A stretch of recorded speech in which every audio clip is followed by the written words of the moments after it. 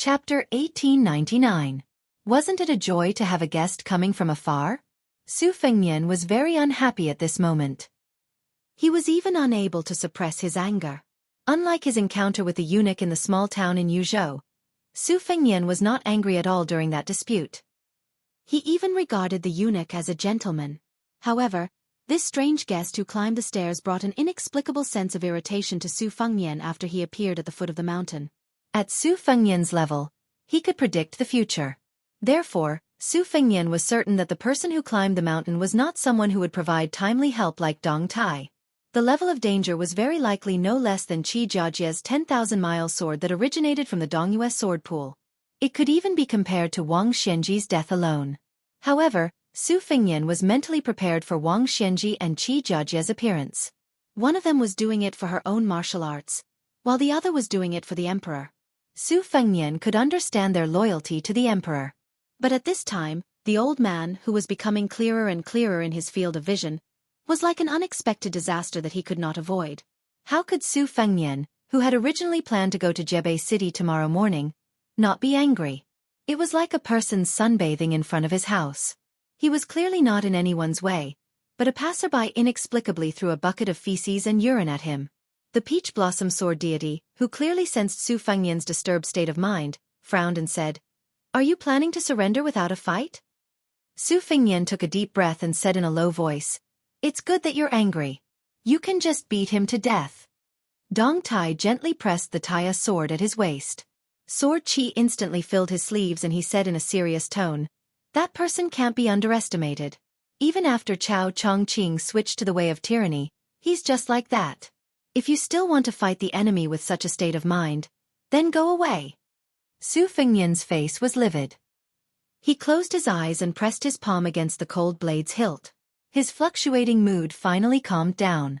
There were more than 100 stone steps between them, and the two parties were about to meet. The monk stopped in his tracks and rubbed the head of the young Go Yufeng. He asked with a smile, "Is that uncle the benefactor who gave you the white wooden sword box?" The young man widened his eyes and looked over. As expected, it was that uncle whom he had met once before standing at the top of the stairs. However, the uncle who was eating wontons in the Marshal the Arch City was sloppy, and he didn't have a sword. He didn't have the demeanor of an expert. The old Confucian scholar, who exuded a decaying aura from his body to his aura, patted the young man's head and said softly, "Go say hello." The youth with the bamboo box on his back smiled when he heard this. Then, he walked up the stairs with light footsteps. Dong Tai was at the top of the steps. The young Go Yufeng ran toward him, while the old Confucian stood still.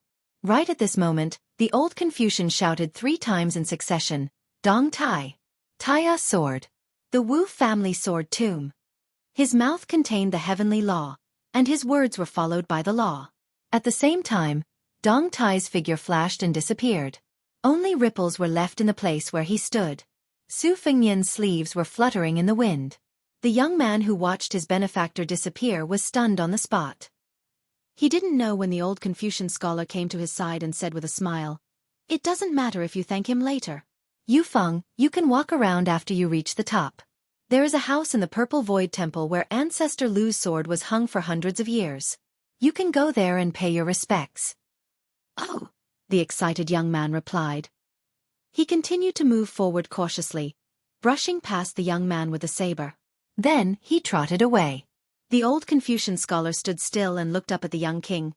"Why are you still hesitating when facing a strong enemy? Did your Beiliang frontier army also cower when you met the Beimang cavalry outside the Liangzhou Pass? The Beiliang cavalry is the best in the world. It can't be that your Su family is bragging about it, right?" Su Fengnian did not make a sound. The qi in his body did not fall, and in an instant, it circulated 800 li. The old Confucian scholar's sarcastic provocation didn't disturb Su Fengnian's state of mind. It's not that Su Fengnian deliberately put on a defensive posture. It's just that he couldn't capture the old Confucian scholar's existence at all. It's impossible to stand still between heaven and earth. The reason why the female zither player, Shui Songguan, could kill people even though she was blind was that she had the wonderful mysterious finger technique. She could sense the slightest ripple without looking at it with her eyes. The wind chimes seemed to be quiet under the eaves when there was no wind, but she could clearly feel them shaking. There was once a scholarly sage who described this realm and called it exerting force in the heart's marrow. Su Fengnian had fought with the three great grandmasters, Hong Jingyan, Tuoba, and Chen Zhibao. Although his celestial being body was damaged and far from the peak, his realm didn't fall. In today's world, he was still second only to Dong Tai and Xue Songguan in the depth of the mysterious finger realm. Because of this, Su Fengnian didn't move. He still held the hilt of his sword and didn't draw it. The hunchbacked old man smiled and said, "If you're waiting for Dong Tai, I advise you to forget about it. This peach blossom sword god is now on the sword mountain of the Wu family's sword tomb." He immediately rode his sword to the west. It would take him about 6 hours to reach Mount Wudong. There's no other way. Deng Tai is now at the peak. Ah Jian's killing technique can be said to be the best for 1,000 years. I don't dare to take it lightly. Su Fengnian asked, "You want to waste my fate?" The old Confucian shook his head and said, "You're only half right." Su Fengnian's face was gloomy. The old man said, "I still want to find Li Yufu, the Wudong leader." Su Fengnian seemed to have made up his mind.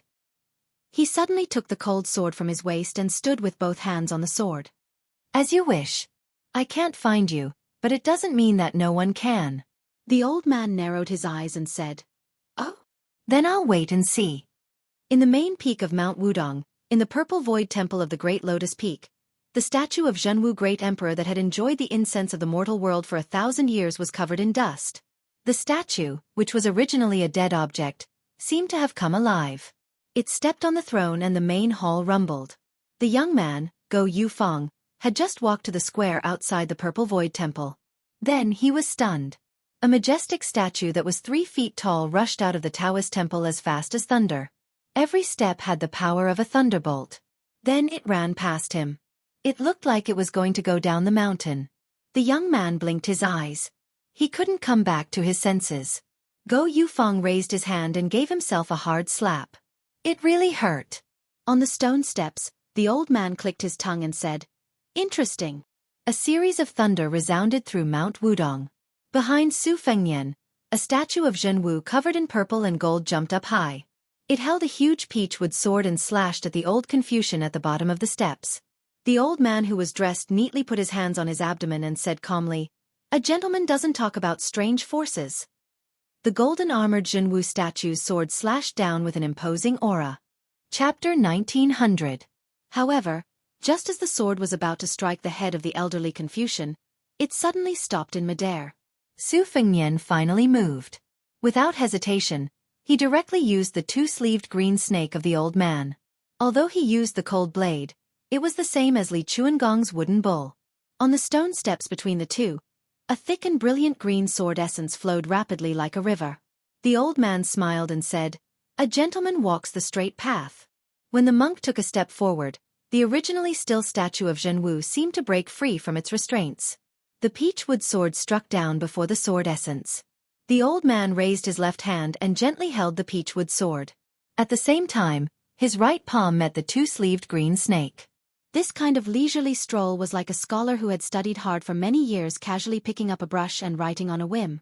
It was natural and without stagnation. The aura of a saint. The monk had straightened his back and walked up the steps step by step. His left hand held the statue of Zhenwu, and his right hand blocked the 2-sleeved green snake. The peachwood sword of the statue of Zhenwu. Li Chuangong's majestic sword essence. Under the contrast, the old man's steps were slow, but he never stopped. The old man even had the energy to say, "I'd like to see how long you can hold your breath." The purple chi on the statue of Zhenwu the Great Emperor was wavering. Visible cracks began to appear on the wooden sword that was almost as long as a person. From these cracks, countless rays of dazzling light bloomed.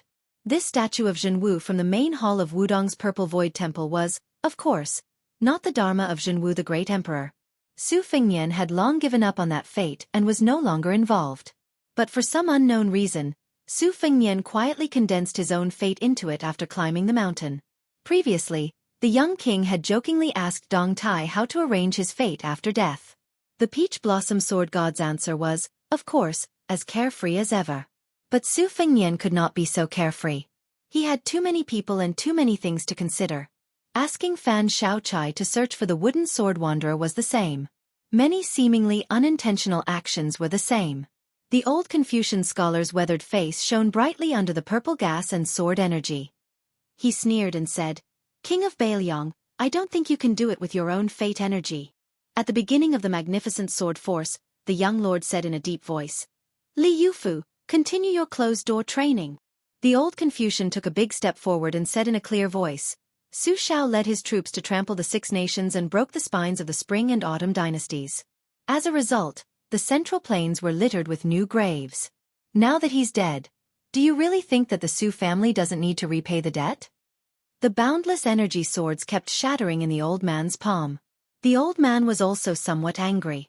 He shouted, "Su Fengnian, do you really think no one in this world can kill you? Will I let you do whatever you want? As long as you don't give up, Xie Guaniying's death will be followed by Tan Tai Pingjing's. Even if Tan Tai Pingjing dies, there will still be the next person."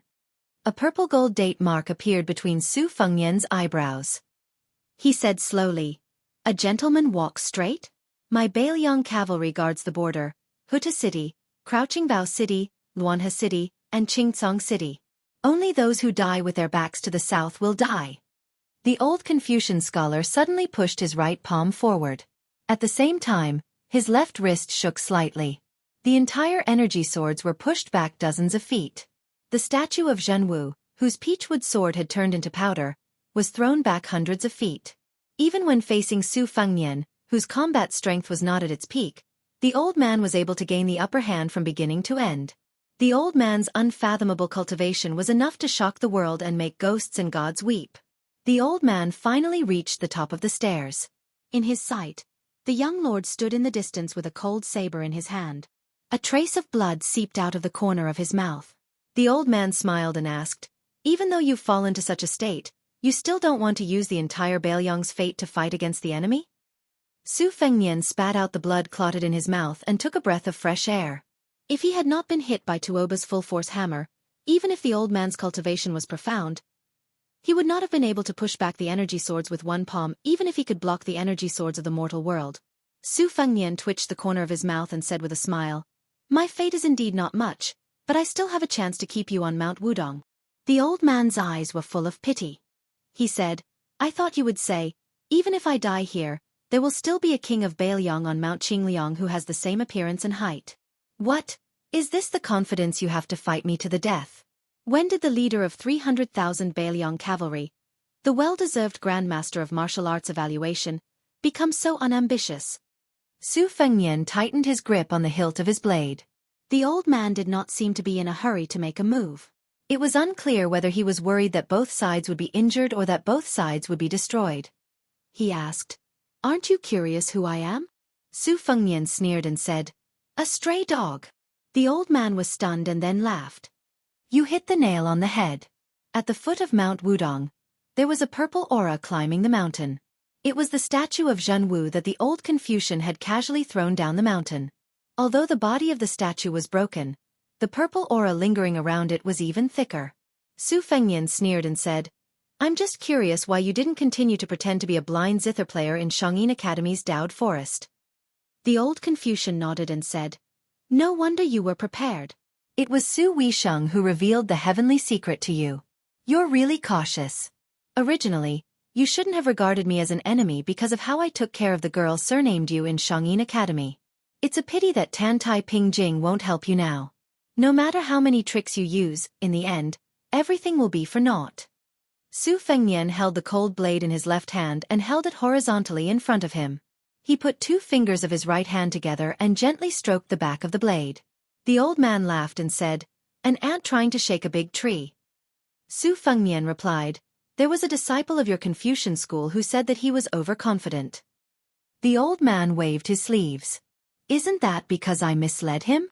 Su Fengnian put his 2 fingers together and stopped at the tip of the blade. Silently, the cold blade was like a talisman. Gao Shulu had once been sealed by this move. The old Confucian was still calm and composed. He glanced at the previously ordinary Baelyong blade and felt as if it contained endless Tao. On the bright blade, there was a faint pitch-black dragon floating around. However, the old man was still in the mood to praise. "Very interesting." The person in front of Su Fengnian should have been dead for 800 years. Especially when the Dafeng dynasty was founded and the status of the Confucian school rose. After that, he was respected by the kings as the most sacred teacher of the dynasty. Countless civil officials, regardless of whether they were famous or not, accompanied him when he was alive and regarded it as a supreme honor. The Zhang family's holy mansion and the Taoist master's mansion of Mount Longhu had been known as the Holy Mansion for 800 years. However, no one really thought that the Zhao family could be compared to the Zhang family, especially in the hearts of the scholars in the world. The Zhao family was probably not even worthy of carrying the shoes of the Zhang family. This inconspicuous old Confucian. He was the first-generation saint of the Zhang family. Chapter 1901. The commotion caused by this battle of immortals was not small. On Wudong Mountain, apart from the wife of a certain white-robed monk who was still snoring, almost everyone had put on their clothes and got up. But without exception, no one went to join in the fun. The Battle of Li Chungang and Wang Xianji in Martial Emperor City, the Battle of Su Fengnian, Dong Tai, and Chao Chongqing in Great Peace City, and the Battle of Chao Chongqing attacking the city alone. There were also grand events of the Jianghu that were second only to these peak battles. They had all taught the people of the Jianghu a bloody lesson. If they had not reached that level, they should not get involved. Otherwise, they would be implicated. It was as difficult as ascending to the heavens to criticize the moves of those martial arts grandmasters. When the true peak martial arts grandmasters engaged in a life-and-death battle, they would not give the small fries the chance to clap their hands and cheer or be surprised. The white-robed monk without the string of beads on his chest sat on the bench in front of the hut, quietly looking up at the moon. A tall woman dressed in the same white robe appeared in front of him. The white-robed monk did not look at her. He only said softly, "The heart is sloppy and the world calls it suffering. Only you and I enjoy it." The leader of the world's chi cultivators nodded and then shook her head. "You and I are the same but not the same." The white-robed monk rubbed his bald head and said emotionally, "My daughter heard some nonsense from the foot of the mountain. It said that for the women of the world, it takes 10 years to cultivate Song Yushu, 100 years to cultivate Su Fengnian, 1,000 years to cultivate Lu Dongxian." The woman who was 100 years old but had a youthful appearance murmured sadly, "He does not understand." The white-robed monk sighed. "I am more afraid of playing dumb." She suppressed her emotions and looked at the white-robed monk. "No matter what, I am a chi cultivator. I will follow my heart." The white-robed monk made a sound of acknowledgement. "Then this poor monk will not invite you to tea?" she asked. "Is that all?" At this time, the white-robed monk suddenly thought of a young girl's clear voice. "Mother, mother, wake up. Father is secretly meeting with his confidant again." The white-clothed monk's complexion changed. He hurriedly stood up and said, "Sovereign Tantai, please don't leave. Help me explain." How could the woman who only cared about enforcing justice on behalf of the heavens care about these trivial matters? She directly swept past them and disappeared. The white-robed monk turned around stiffly and saw his daughter gloating over his misfortune, his stupid disciple with sleepy eyes, and his wife aggressively running out of the house with a kitchen knife. The white-robed monk had a flash of inspiration as he said in all seriousness, "That woman is over 100 years old. She's not someone of the same generation at all." The woman was stunned. "So old?" The white-robed monk nodded vigorously. The woman rolled her eyes and turned to leave. "I'm as beautiful as a flower. At the very least, I'm still a middle-aged woman who's still charming. Why would I be jealous of an old woman who's over 100 years old?" The white-robed monk secretly wiped off his cold sweat and glared at his daughter. She made a face and said angrily, "It still hurts from being pulled by mother during the day." The white-robed monk said in a bad mood, "Who told you to tell your mother about the little private savings that I've painstakingly saved?" "You've shot yourself in the foot, haven't you?" The girl was stunned. Just when the white-robed monk was gratified and thought that his daughter had found her conscience and had come to her senses, she immediately turned her head and shouted, "Mother! Although that woman is old, she looks very young. She looks younger than you." Suddenly, there was an angry roar that was more majestic than the Buddhist lion's roar in the house. "What?" The white-robed monk silently raised his head and looked at the moon. He guessed that this time, even Buddha couldn't save him. Buddha probably really couldn't save this monk who drank wine, ate meat, and married his wife. However, his stupid disciple suddenly became enlightened and bravely explained to his master's wife. He actually persuaded his master's wife to go back. The white-robed monk who had narrowly escaped death rubbed his cheeks and called his stupid disciple to his side with a smile. Nanbei, while the moon is bright and the stars are scarce, your mind is clear. Master will teach you the profound Dharma. Little bald head sighed. Master, you're so old, but you still don't know how to behave. No wonder Master's wife has been telling me and that thing these 2 days. Flies don't bite a seamless egg. The white-robed monk glared at him. Unfortunately, his stupid disciple wasn't afraid at all. Instead, he said in a methodical manner, Master, Buddha said that feelings against oneself are born from feelings. When hatred arises, resentment must be removed by observing the 5 meanings. The white-robed monk's temper was gone. Li Nanbei made a cute and playful pig face and swayed back into the house. The white-robed monk couldn't do anything. The stupid Nanbei suddenly whispered, Master, I've actually been helping you string the prayer beads the whole night. I was afraid that Master's wife would find out that the string was broken and would worry about the impermanence of life. I didn't even dare to light the oil lamp. I just used the moonlight from the window to string the prayer beads. The white-robed monk's face was full of joy. He said matter-of-factly, Master's daughter. The middle-aged monk who was in a good mood smiled and said, Disciple, I'll continue to teach you the Dharma. The little monk was young, but he was already the Sanzang master of the 2 Zen temples. Whether it was the seniority of the sect or the profoundness of the Dharma, he was fully deserving of the title of an eminent monk. The little monk's face suddenly turned red. He said sneakily, Master, let's put the Dharma aside for now. Why don't you lend me the 3 taels of silver you hid at Han Daozhang's place? Tomorrow, I'll buy some things and send them to Mianyanji. The white-robed monk waved his sleeves and strode towards the thatched cottage. The moonlight tonight is not good. It's not suitable to teach the Dharma. Only the little monk was left sighing. Chapter 1902. At the foot of Wudong Mountain, the statue of Zhenwu Great Emperor strode up the mountain with purple clouds rising. 2 people were confronting each other at the top of the stone steps.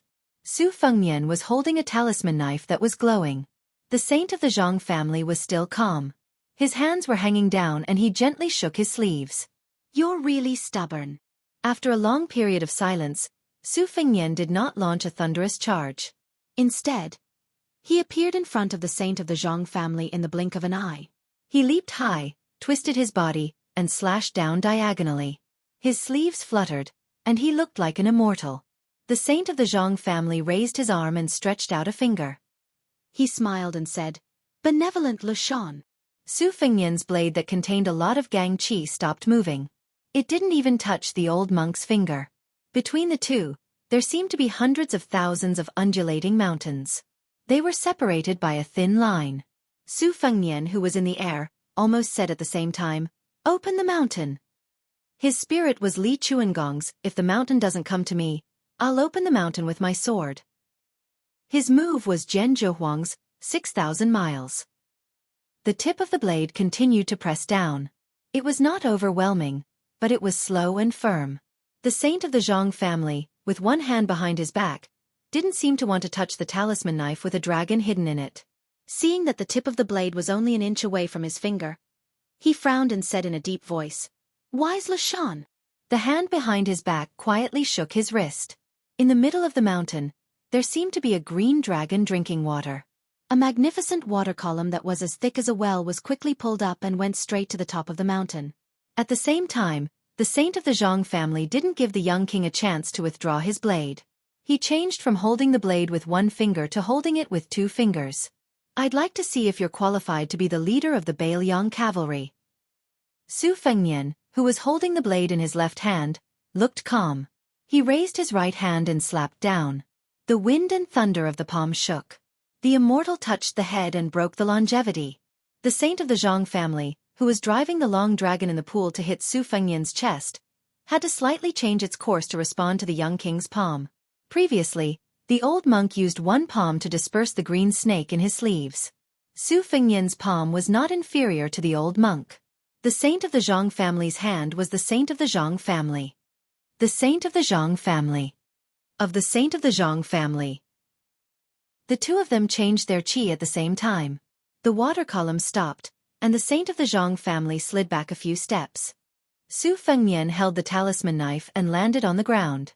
It just so happened that the statue of Zhenwu had already approached the top of the mountain and was about to attack the old Confucian. The saint of the Zhang family didn't turn around. Instead, he looked directly at the young vassal king with purple gold between his eyebrows and laughed. "I'll teach you what it means to cultivate one's body and mind, and what it means to resonate with heaven and earth with the Great Spirit." The old monk gently stomped his foot. Ordinary martial artists, especially grandmasters of external martial arts, paid attention to penetrating the earth and killing snakes and rats. They meant that if they stomped on the ground, the snakes and rats hidden deep underground would be shocked to death on the spot. But the saint of the Zhang family did not have any momentum. Instead, it was like an old farmer casually stepping on his own crops. When the saint of the Zhang family was about to reach the top, a clay statue suddenly appeared behind the saint of the Zhang family. It was dozens of feet tall. It sat upright and was level with the top of the big lotus peak. The clay statue holding a scroll was far more familiar to the world than the Xuanwu great emperor of the north who only enjoyed the incense in Bailiang.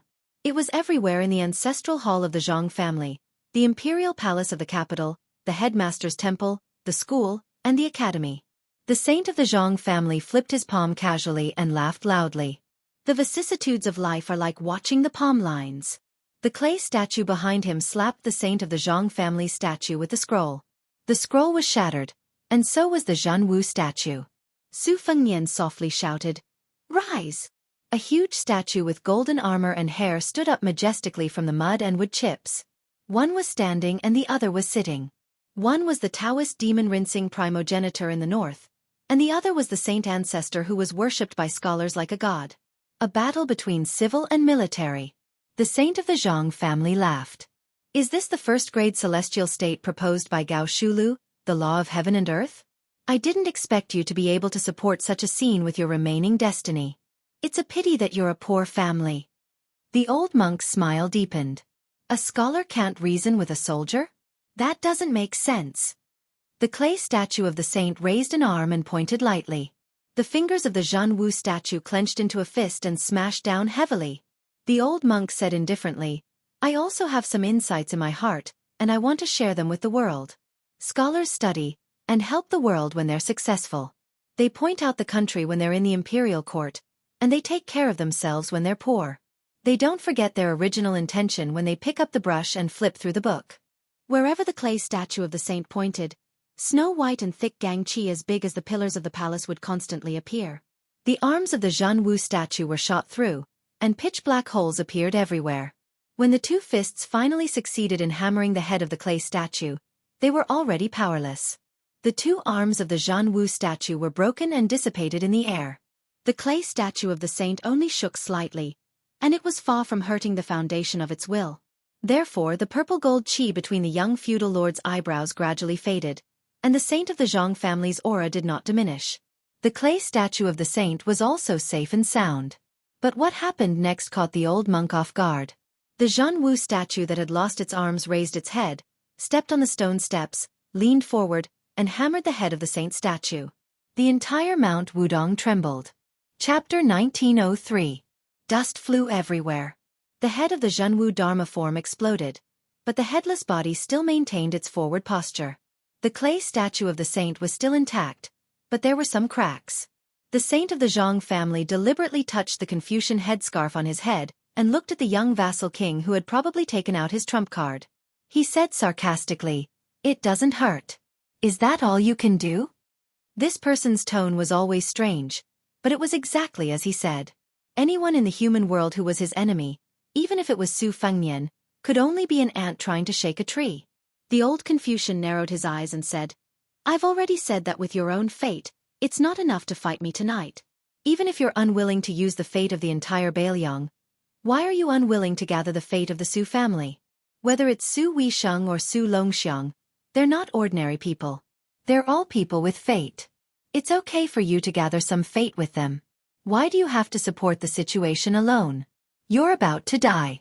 Why do you care about the details? Don't you, Su Fengnian, always joke that you never do a losing deal?" Su Fengnian ignored him and kept silent. Since he was young, as the eldest son of the Su family, he was the only one who gave all kinds of rare things to his eldest sister, second sister, and Huang Manor. He had never asked for anything from them. He had never even thought about it. Just like when he obtained the pair of young tiger Kuei, he did not hesitate to give them to his second sister and Huang Manor respectively. When he got the new sword spring and autumn from the swordsmith surnamed Qi in Beimang, he also thought of his brother immediately. He thought that he could finally change the wooden sword. When he snatched the river soldier from Jiang Fuding, he also thought of borrowing the embroidered winter spring thunder from the white fox face. He could finally return the favor. Su Fengnian had always believed that he had gained too much, so he should not complain and should be generous. The old Confucian stared at Su Fengnian's eyes and sneered. A falling leaf indicates autumn. The first vassal king of Liang, who has 300,000 elite cavalry, is actually such an indecisive fool. It's ridiculous. Su Fengnian said slowly, you can nag when you win. It's still early. The saint of the Zhang family laughed and said, when I win you, you'll die. Who will I talk to then? Do you want me to nag at a dead person? Su Fengnian's eyes were firm and his face was cold. My master Li Yishan, the chancellor of the Shangyin Academy, Zhang Julu of Liang, Wei Jingtang of Jizhou, and many others. In my heart, they are the real scholars. It's lucky that you, the sage of Confucianism, did not dare to show up for hundreds of years. Otherwise, you'll be a laughing stock. The saint of the Zhang family did not take it seriously and said with a smile, it's still too early to say that. Su Fengnian held his breath and concentrated. Since the disappearance of the Zhenwu Dharma form, it was harder to catch the old Confucian's qi. The old man raised his arm and waved it in the air. Suddenly, a 3-foot green gang qi appeared. The old man seemed to be lost in thought and sighed. Maybe the descendants only know about my knowledge, but they don't know that it was me who started it. When the saint of the Zhang family condensed his qi into a sword, Su Fengnian instantly attacked silently. The old man stood on the spot and twisted his sword-wielding arm behind his back. With a simple sword stance, he blocked the talisman knife that was trying to cut off his head. After that, no matter which angle the elusive talisman saber appeared from, the saint of the Zhang family only used an ordinary sword-holding stance to defend himself flawlessly. The two sides' qi lasted for half an hour. Su Fengnian finally stood 20 steps away from the saint of the Zhang family. The old man was still calm and composed. The 3-foot sword qi in his hand was as powerful as before. The clay statue of the saint that he had invited into the mortal world did not disappear. It was still quietly looking at the foot of the mountain. The old man looked around leisurely and laughed. Ghost talisman. It's not bad to use the remnant soul of the Beimang true dragon in the talisman knife as the talisman gallbladder. However, it's a little far-fetched to use the divine lightning technique of Mount Longhu. What kind of lightning pool is this? How can it summon gods and ghosts? How can it suppress demons? There were 21 pocket-sized flying swords hovering around the old man. The 12 flying swords were given by Dong Tai. Black armor, childhood sweetheart, morning dew, spring water, peach blossoms, moth eyebrows, vermilion bird, yellow tongue, and golden thread Tai E. The 9 flying swords were later forged by Su Fengnian according to all kinds of life's will, and earnestly requested Mount Qing Liang's Moism master Zhu Zi to forge them. They were Fengdu's old Jiao Du, Yu Shui's fine beard, childish wild fox sheep fat Aunt Shen. Above each of the motionless flying swords, there was a yellow talisman glittering with golden light floating above them. The saint of the Zhang family exclaimed softly and asked curiously, why is the word talisman gallbladder missing? The Taoist sects in the world are divided, but at the end of the day, the talisman gallbladder is nothing more than a dozen words in the word aura. The talisman gallbladder has no words. You worked so hard to create this talisman. Where did the spiritual energy come from? Su Fengnian gripped the hilt of his saber tightly and sighed softly. This was supposed to be a lightning pool that he used to suppress the heavenly being, Tan Tai Ping Jing. As for what kind of talisman this was, it was obvious. Since Su Fengnian was in Beiliang, this talisman was naturally the cold talisman. The 21 swords were connected to each other. The 21 talismans were connected to each other by lightning. The old man shook his head and said, when you read to your heart's content, you can read through the rise and fall of 1,000 years. What's a small lightning pool? The saint of the Zhang family stood on the spot. He held the sword in one hand and dipped the other in his saliva. He made a gesture of flipping a book. The pages flipped. Every time a page was flipped, a flying sword would fall to the ground. When the last flying sword swayed and fell, Su Fengnian held the saber with both hands for the first time and began to run forward. The saint of the Zhang family waved his sleeve and dispersed the 3-foot aura. He stepped forward and sneered, "Do you really think I'm afraid of your mountain sealing technique?" In an instant, the old man's left hand gripped the tip of the saber. Just as the Confucian saint was about to slap him with his right hand, he stopped and frowned. A ray of rainbow light suddenly cut through the sky from the elephant cleansing pool, and then fell behind the old man at a faster speed, or in other words, in front of the saint's clay statue. The sword was called Snow Arma. When the sword fell, there was no snow, but it brought 2 brilliant beams of light from the sky. It was like opening the gate of heaven. The saint of the Zhang family said helplessly, "You're really annoying." The old man probably wanted to save his strength to deal with the brilliant gate of heaven. He just let go of the tip of the saber, then pushed the young lord away and turned around. The saint's clay statue seemed to be pulled by someone and slowly slid into the gate of heaven. Its towering figure gradually disappeared. The old man lifted 1 foot and stepped on the ground one after another. It landed and took root. There seemed to be a strong wind blowing behind the old man. His sleeves fluttered as he fell toward the gate of heaven. Su Fengnian turned his head to the east and said in a deep voice, "Sword, come!" Still thousands of miles away, the peach blossom sword god who was flying on the sword laughed and replied, "One sword tomb of the Wu family, 200,000 swords, is that enough?" If you like to watch the heroes and heroines in the snow on your mobile phone, you can follow my WeChat public account, Fenghua 1985. The snow is coming to an end. If you follow me, I believe there will be a lot of surprises. Not only some fragmentary writing experience in the snow, but also some future chapters, some of the bad stories I have never published publicly, some of the songs I like to listen to when I write my own words, and some activities of giving autograph books, update notices, etc., will be posted on my WeChat public account. Chapter 1904. The Gate of Heaven opened wide. Vaguely, one could see the heavenly maidens scattering flowers. In a trance, one could hear the chanting of Sanskrit and the ringing of celestial bells. Of course, it was to forcibly recruit the first ancestor of the Confucian school. This kind of formation was like the Grand Kaiyi sect of the world welcoming a distinguished guest. At this critical moment, the old man still had the mood to turn around and smile at the young lord. "My old body has been buried in the ground for hundreds of years. I can't stand your torment." Then the old man looked to the east and laughed. "You, the peach blossom sword god, are too narrow-minded. As a junior in Jianghu, you don't know how to respect your elders. Do you really want to take revenge on the same night?" Su Fengnian's face was solemn. Dong Tai drove more than 200,000 flying swords of the Wu family to Beiliang. He even needed the swords to go before him. Compared to the time when Qi Jiaj escaped to the foot of the mountain, Dong Tai needed to consume a lot of energy. Even if Dong Tai was regarded as the most powerful person in Jianghu, the most powerful person in the Finger Mysterious Realm, and the best swordsman in the past 1,000 years, Su Fengnian knew how difficult it was for Dong Tai to drive the entire ancient swords of the sword tomb at the same time. The more difficult it was, the greater the burden on Su Fengnian. Especially the old man in front of him was so calm. How did it look like he was struggling before death? The saint of the Zhang family slowly retracted his gaze and looked at Su Fengnian again. He said calmly, "Young man, let me give you a sentence. Deep love will not live long, and extreme wisdom will hurt. You have both. It will be difficult for you to have a good ending. As a person, muddle through. It is rare to be confused, so you can relax."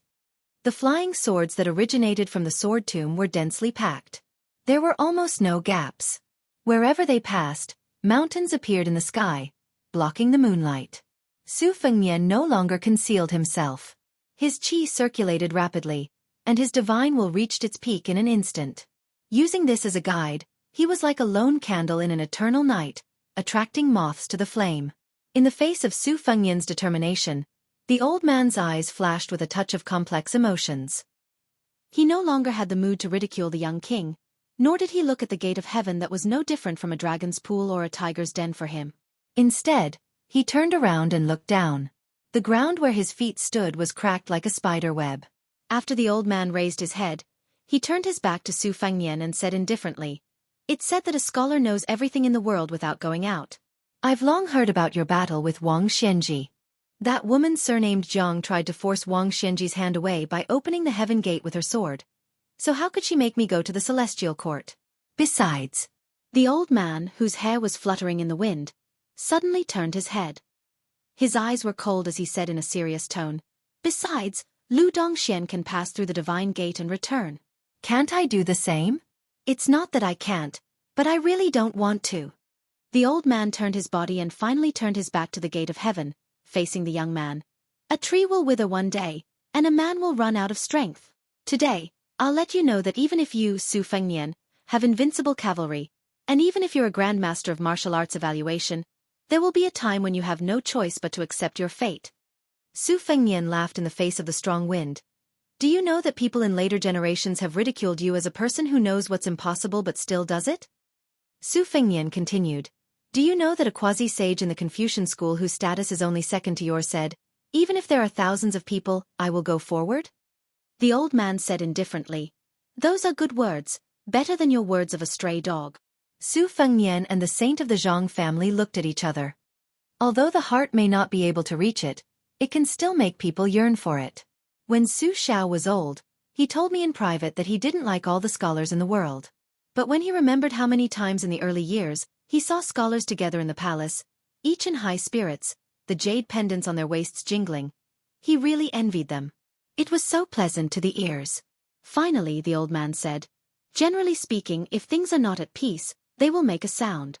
Since that's the case, Su Fengnian, do you have any last words for this world? The talisman on the cold blade had disappeared. Su Fengnian hung the new cold blade of the Su family's 6th generation.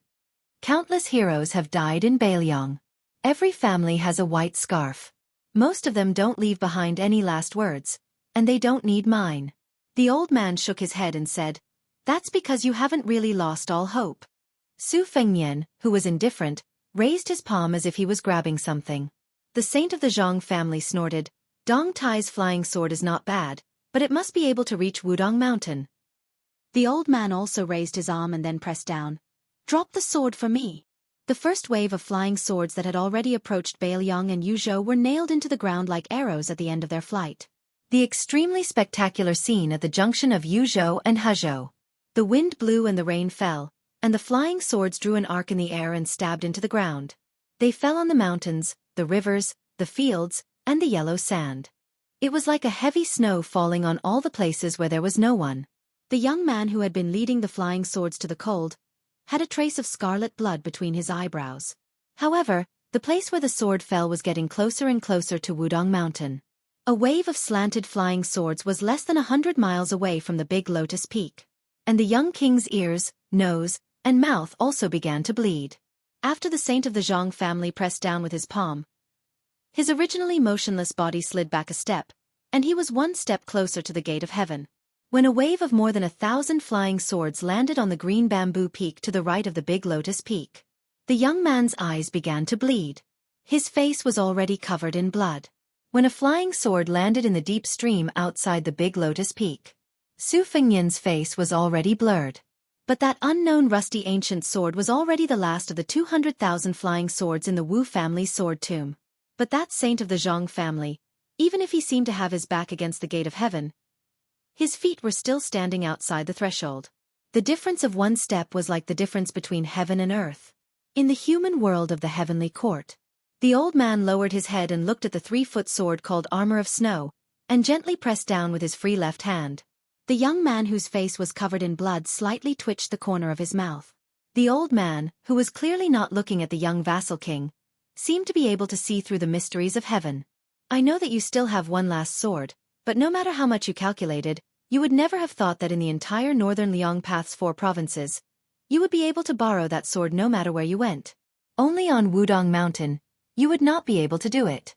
After all, Wudong Mountain is a peaceful place for Taoists, and since ancient times it has been the ancestral court of Taoism in the north. From the great Qin dynasty to the great Feng dynasty, and now to Liang, this place has almost never been affected by the flames of war, so the connection between you and the Su family is the weakest. If it was outside the Liangzhou Pass, at the mouth of the gorge in Yuzhou, not to mention that I couldn't stop you from borrowing Dong Tai's last sword, I'm afraid that I would have already sent you to the gate of heaven." The old man slightly bent down and gently patted the sword's hilt. "You and that Taiya sword are brothers in hardship." A rainbow light like a comet in the sky, from the west to the east, crashed into the big lotus peak. But it seemed to have crashed into an invisible wall. It caused a burst of dazzling sparks, and was incomparably gorgeous. Chapter 1905. The ancient sword couldn't move forward an inch, and it kept whining. The old man closed his eyes as if he was listening to the sound. He murmured, "Essays talk about grief but not pain, but on the battlefield, it is said that soldiers with grief will win. Which one is right?" The old man answered his own question. Scholars write essays, but how many of them really work hard? But people die in war, it would be strange if they don't die. The Confucian ancestor finally looked at the young man. He slowly closed his eyes. His face was blurred by blood, so it was impossible to see his expression. He didn't know if it was pain, sadness, regret, relief, or something else. If he consumed Baelyong's fate, he might be able to save himself. But if he fought Liang Mang, he would definitely lose. In the end, he didn't want to? Was it also not impossible, but unwilling? This sage of the Zhang family, who had overpowered the two grandmasters on Mount Wudong tonight, laughed aloud, looking up to the sky and laughing loudly. Desolation, sorrow, joy, all kinds of feelings. The old man suddenly shouted at the sky, "I am a scholar. Although I am good at cultivating Haoren Qi, I never ask for immortality. F***ck off the cycle of heaven. I have been guarding the human world for 800 years, and I have seen you immortals order me around for 800 years. Now you want to take an inch and want a mile." The heavenly gate exploded with a bang. The old man ignored the huge movement behind him, stepped out, looked at the young king and asked sternly, "Su Fengnian, I ask you." The new valley is basking in the sun, the oranges are hanging high, the fisherman is wearing a bridle, the old farmer is carrying a hoe, the woman is picking mulberry, the child is herding cattle, and the old woman is making clothes. The iron armor is clanging, the sword is like frost, the drums are like thunder, the iron cavalry is out, the arrows are like rain, the smoke is everywhere and corpses are everywhere. Have you seen all kinds of things in the world? The young man covered in blood didn't move. Between life and death, one could see life and death. When there was no way out, one could see the root of human nature. But this guy surnamed Su, is he really dead? It shouldn't be. The old man showed a trace of panic for the first time. He quickly moved forward and came to the front of the young man. He stretched out his thumb and pressed on the middle finger of the vassal king. He wondered, the qi in your body is still quite strong. Why is there no movement? In the next moment, this absolute saint was sent flying by the young man's kick. The old man fell heavily to the ground, but he didn't stand up. He just sat there, as if he hadn't completely regained his senses. The young man also sat on the ground with his hands on his knees. He opened his eyes and said weakly, "Damn you!" The old man burst into laughter. Su Fengnian had no idea what this crazy old man was thinking or what he was trying to do. He was constantly gasping for breath, and of course, he was also vomiting blood. But for some reason, while the pain pierced his heart, he also felt an inexplicable sense of refreshment, as if a heavy burden had been lifted off his shoulders. Especially that kick. It was really a kick to his heart's content. The saint of the Zhang family raised his hand and patted the dust off. He pointed at his own nose and asked, "Are scholars powerful?" The young king was speechless. He could only move his mouth. It seemed that he was trying to tell him to get lost. The old man snorted and said, "So what if he's Lu Dongxian? Didn't he ask me for advice in the early years?" The young man also pointed at his own nose, then raised his hand with difficulty and made a gesture of waving his hand in disgust. The old man suddenly looked embarrassed. Before the Great Qin dynasty unified the world, the saint of the Zhang family had led his disciples to travel around the countries, but he was rejected by the Great Qin dynasty. The old man laughed at himself and said, "It's never too late for a gentleman to take revenge. But 800 years is a little too late." Su Fengnian, who was extremely embarrassed, recovered slightly and asked weakly, "Apart from the personal feud, what else is there?" The old man sat upright and said in a deep voice, "Before you and Li Yufu cut the gap between heaven and man, I'll bear the pressure of heaven for you too. Otherwise Li Yufu, who is cultivating in seclusion, will be fine, but you, Su Fengnian, won't be able to deal with the Baimang in peace. Do you really think the immortals will watch you commit treason? Maybe those guys will simply let the Baimang barbarians take over the Central Plains." Su Fengnian glanced at the old man from the corner of his eyes and then lowered his eyelids. The old man said angrily, "Little bastard, don't take advantage of me. I've already helped you open up the stasis in your acupoints. Others don't know how difficult it is. But you, Su Fengnian, don't know? This is no different from Zhang Julu's regulation of the water transportation in Liyang. Su Fengnian ignored the old man. The old man took a deep breath and said, Su Fengnian, can we not be so tacky? It's such an impassioned feat, but you turned it into a business deal. How embarrassing, isn't it? Su Fengnian directly closed his eyes. He was really not used to this kind of social interaction with the old man. Even if he was full of strategies, it was difficult to use them. However, the old man's only weakness happened to be the Achilles heel of the Confucian holy sage. There was a long silence. Su Fengnian finally opened his eyes and bowed with cupped fists. The old man accepted it calmly. Su Fengnian stood up shakily and asked softly, Why don't you give me something extra to solve the problem of the grain cooling? The old man wanted to refuse on the spot, but he suddenly thought of something and said with a smile, This is not easy, but as long as you let that guy surnamed Deng talk nicely later, I'll give it a try. However, I can't guarantee success. Su Fengnian waved his hand. No one in the world can stop Dong Tai with the Taya sword. Not even me. The old man stamped his foot and said anxiously, Hurry up and hide the Taya sword. As he spoke, the Taya sword had already flown back. Su Fengnian gloated and slowly walked toward the old man. The old man smiled and turned to look at the foot of the mountain. Su Fengnian and the old man stood side by side. The old man pointed into the distance. In the past, I heard Huang Longshe talk nonsense about the strange situation in the next 1,000 years. I was relieved and worried at the same time. It always made me hesitate. Su Fengnian said softly, Why don't you think about it from another perspective? Looking at the present from 800 years ago, the world has changed for the better, right? The old man nodded. Some have changed for the better, some for the worse. Generally speaking, the present is indeed better. Both of them were speechless. The old man suddenly said, I probably won't be able to wait for Deng Taiye to return to Mount Wudong. Help me pass a message to him. If we only talk about the level of swordsmanship and not the distance of the sword, he is the first person since ancient times. Su Fengnian said, Okay. The old man stared into the distance with his eyes wide open, his figure ethereal. He sighed with emotion. Then let me see this world one last time. Su Fengnian asked softly, Do you have any last words? The old man thought for a moment. Yes. Su Fengnian said in a deep voice.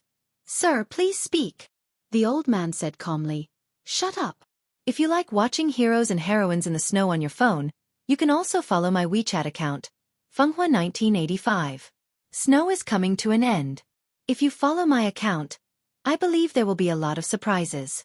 Not only will there be bits and pieces of writing in the snow, but there will also be future side stories, or some of my favorite songs that I have never published publicly, or some activities that I like to listen to when I am writing, or some activities to give out autograph books, update notifications, etc. They will all be posted on my WeChat account. Chapter 1906. When Dong Tai arrived with his sword, he saw the young king sitting alone at the top of the broken stone steps with a knife on his knees. Although Su Fengnian's clothes were stained with blood and his face was full of exhaustion, he was full of spirit. Moreover, his heavenly physique that had suffered heavy injuries in succession was like a withered tree that had come back to life. It glowed with vitality and gradually approached its peak. Deng Taiye floated down to the ground. Hanging from his waist was an ordinary iron sword that his disciple had given him. Holding Taiye upside down, he stood beside Su Fengnian. 800 years of scholarly spirit, scattered in the world? Su Fengnian nodded and said, Old Mister was obviously reluctant to leave before he passed away. He stayed up for a few hours and made some arrangements before he passed away on the spot. Dong Tai frowned and said, What about this fight? Su Fengnian smiled bitterly and said, The old man who was the backbone of the Central Plains should be more trusting of Li Yufu, who had a pure Taoist heart. When Master Li escorted the dragon carp along the Guangling River to the sea, the old man must have secretly observed and trusted him. As for me, he did not have much confidence. Not only was I the son of Su Shao, but I was also very likely to fight for the throne. If it were me, I would not be at ease to hand over the old man's belongings. That was why there was such a storm. The old man must have forced me to a dead end and was only willing to let it go when he saw my true nature. The peach blossom sword deity, who had no interest in the rise and fall of the world, sneered and said, In the end, he still took advantage of his seniority. Su Fengnian did not comment. He turned around and asked with a smile, "Is it because the flying sword can't enter Mount Wudong?" Dong Tai said frankly, "Of course. Once the sword is out, how can it return without any results?" Su Fengnian and Dong Tai raised their heads at the same time and looked at the distant sky that was gradually turning white. After the saint of the Zhang family died in a way similar to the immortal Zhenren of Taoism, there seemed to be a new phenomenon between heaven and earth. It was unclear and covered the mysteries of heaven. Heaven and earth were filled with righteous qi. Mixed qi gave form to the flow, abundant enough to fill the firmament. Su Fengnian said in a low voice, "To establish one's virtue, to establish one's merit, and to establish one's words. Sir, I really can't do it anymore." Dong Tai crossed his arms in front of his chest. "It's amazing, but in my opinion, it's still a little unsatisfying." Su Fengnian sighed helplessly. "How can everyone be like you, Dong Tai? You don't just stand there and talk." Su Fengnian remembered something and said with a smile, "That's right, before the old master left, he wanted me to tell you that in his opinion, since the beginning of the sword 1,000 years ago, you, Dong Tai, have the best swordsmanship." Dong Tai grumpily said, "The path of swordsmanship is just a sesame seed abandoned by ancestor Lu after picking up a watermelon." Su Fengnian rolled his eyes and said, "Talking to you is boring." Dong Tai glanced at him from the corner of his eyes. Su Fengnian asked, "How should we deal with the 200,000 swords scattered on the ground of the Wu family's sword tomb? Do we need you to return them?" Dong Tai asked in return, "Why do you want to keep them?" Su Fengnian hurriedly waved his hand and said, "How would I dare? That Wu family's ancestor would fight to the death with Bailiang. I can't go overboard when I use my hoe to steal their swords." Dong Tai said, "Then I'll return them all. The Wu family's swords are an eyesore to me anyway." Su Fengnian lowered his voice. "Don't do that. You should at least choose a few hundred good swords and secretly leave them behind. Just say that the Zhang family's saint destroyed them. If the Wu family's sword tomb doesn't let them off, go find the Zhang family's saint mansion and smash them." Dong Tai's face was full of disdain. "I can't be bothered to do that." Su Fengnian smiled brightly and said, "There's no need for the peach blossom sword god to waste your energy. I'll do it. I'll do it. I'm quite familiar with intercepting swords." Dong Tai obviously didn't want to deal with this. He began to hold his breath and meditate. Controlling 200,000 swords to go to Bailiang was definitely not an easy task. Su Fengnian suddenly said, "Before the old man left, he told me that Baimang's Tuoba's martial arts cultivation had advanced by leaps and bounds overnight." Dong Tai immediately understood the crux of the matter. His face darkened. "He wants to use both Tuoba and Tantai Pingjing to deal with you at the same time?" Su Fengnian said, "That's about right." Dong Tai asked, "Did the old man say how high Tuoba's cultivation is? Is there an analogy?" Su Fengnian shook his head and said, "It's not clear. He only said 5 words, celestial beings live forever." Dong Tai frowned and said, "I've never been good at these cryptic words. Just tell me directly. When Wang Xianji left the Eastern Sea, was Tuoba slightly inferior or similar?" Su Fengnian had obviously thought about this troublesome question long ago. He blurted out, "I guess the best result is that he was slightly inferior." Dong Tai asked, "Then the worst result?" Su Fengnian half-joked, "I'm afraid I'll scare you if I say it." Dong Tai twitched the corner of his mouth. "Has anyone ever told you that it's actually quite boring to talk to you?" Su Fengnian shook his head and said, "No, especially women. There's a popular saying in the Central Plains that proves it. 10 years to cultivate Song Yushu, 100 years to cultivate Lu Dongxian, and 1,000 years to cultivate Su Fengnian." Dong Tai said indifferently, "Oh? Not 100 years to cultivate Su Fengnian, 1,000 years to cultivate Lu Dongxian?" Su Fengnian pinched his chin and pretended to be confused. "Did I remember wrongly?" Dong Tai couldn't help but raise his voice. "Spit it out." Su Fengnian put away his joking expression and sheathed the cold blade at his waist. "The worst outcome is that at some point in time, Bodhisattva Tuoba's combat power will be slightly stronger than Wang Xianji's."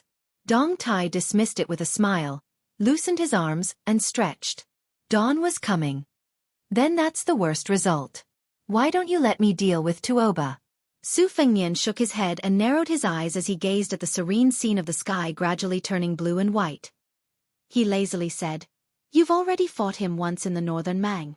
Let me do it this time. Dong Tai was silent for a moment and then said sarcastically, Don't forget, you fought with him twice in the western regions and outside Liangzhou Pass. If I remember correctly, it was a draw and a loss, right? Su Fengnian allowed the breeze to blow away the last bit of blood on his body. When have I ever lost?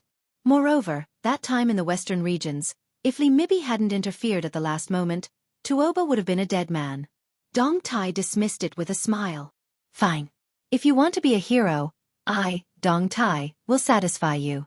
Su Fengnian said softly, perhaps in terms of combat power, we are all in the celestial realm, so there's not much difference between us. However, there's a state of mind unique to Wang Shenji. Even if you, Dong Tai, have Tai Yi, and even if Tuoba received a gift from an immortal, it's still impossible.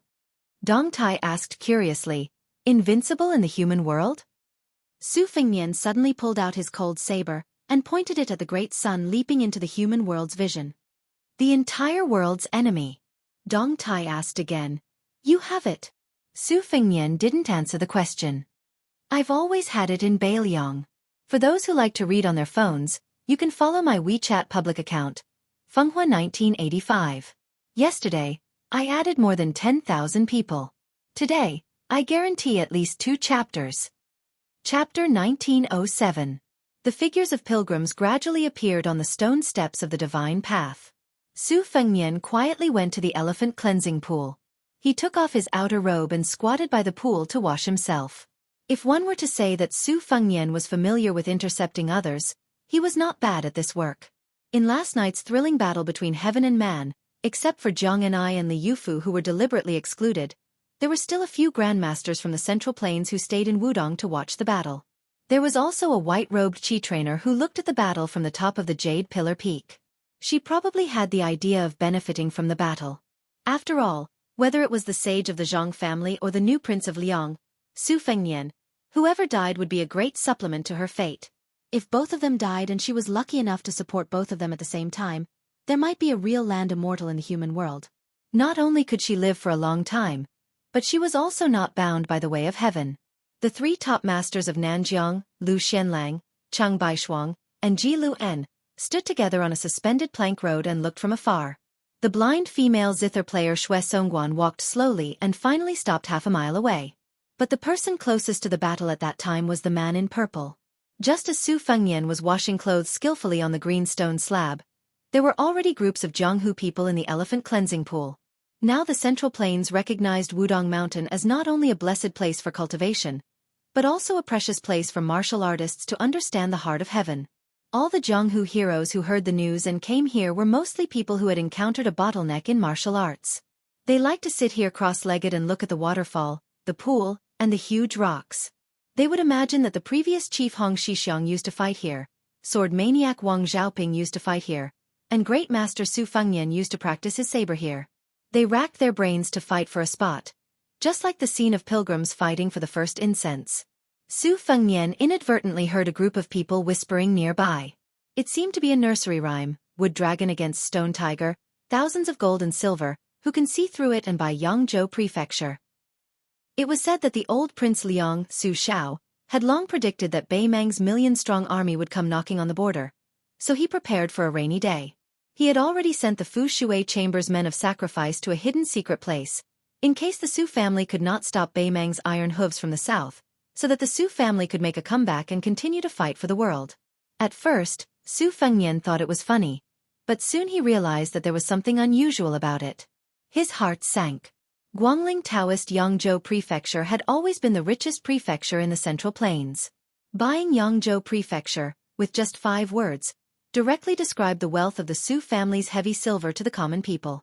Not only that, listening to these people's idle chatter, it seemed that they directly ignored Tide Listening Lake, which should have been the biggest suspect, and directly guessed that Mount Qingqing and the military town of Linyao were the 2 places. Su Fengnian could not help but be shocked. According to these people who listened to the rumor, the latter guessed that Li Yishan was personally in charge of the Su family's hidden treasures. The poison warrior, who had been hell-bent on scheming for the Su family all his life, used a trick. On the surface, he constantly drove refugees to Liuzhou to confuse the public, and secretly colluded with Mount Lantua in the western region. It could be said that it was a foolproof plan. As for why the former was Mount Qingqing, which bordered Liangshu, these Jianghu people could not explain. However, Su Fengnian knew that Su Xiao had hidden 6,000 soldiers in the depths of Mount Qingqing. This was a secret that not many people in the Fushui room knew about. It was obvious that the person who deliberately spread this nursery rhyme was not only hostile to Bailiang, but also deeply involved in Bailiang's military and political affairs. Su Fengnian had always politely refused to listen to the prophecies and nursery rhymes that had once caused chaos in the 8 kingdoms of spring and autumn. Back then, Huang Sonjia was the founder of a sect that had been founded because of this. Almost all the emperors and monarchs were in a terrible fix because of this. Su Fengnian did not expect that Bailiang would suffer such a calamity today. It was not to say that a small nursery rhyme could really shake Bailiang's foundation. In fact, Bailiang had always valued military power more than literature. In addition, Su Fengnian's series of actions after the hereditary succession, especially the great victory in the First Great War of Liangmang, had already fulfilled his master Li Yishan's request at the beginning of his will. We must continue to maintain the structure of Bailiang as the Su family. Therefore, there was no harm in having a few dozen more of these types of prophecies and nursery rhymes. However, Li Yishan had always repeatedly mentioned that the wind rises at the end of the green duckweed, and the waves rise in the midst of the small waves. I, Li Yishan, do not have extraordinary talents, nor do I have extraordinary strategies. I only have caution in my life, to warn Su Fengnian. Su Fengnian suddenly had some doubts. Since this person knew the inside story of Bailiang so well, why would he still use such meaningless and boring methods? This was like the Peach Blossom Sword God fighting with a level 2 master. He could have finished the fight with one strike, but he insisted on playing with a mouse for 100 moves. The master who knew everything would probably only feel disgusted.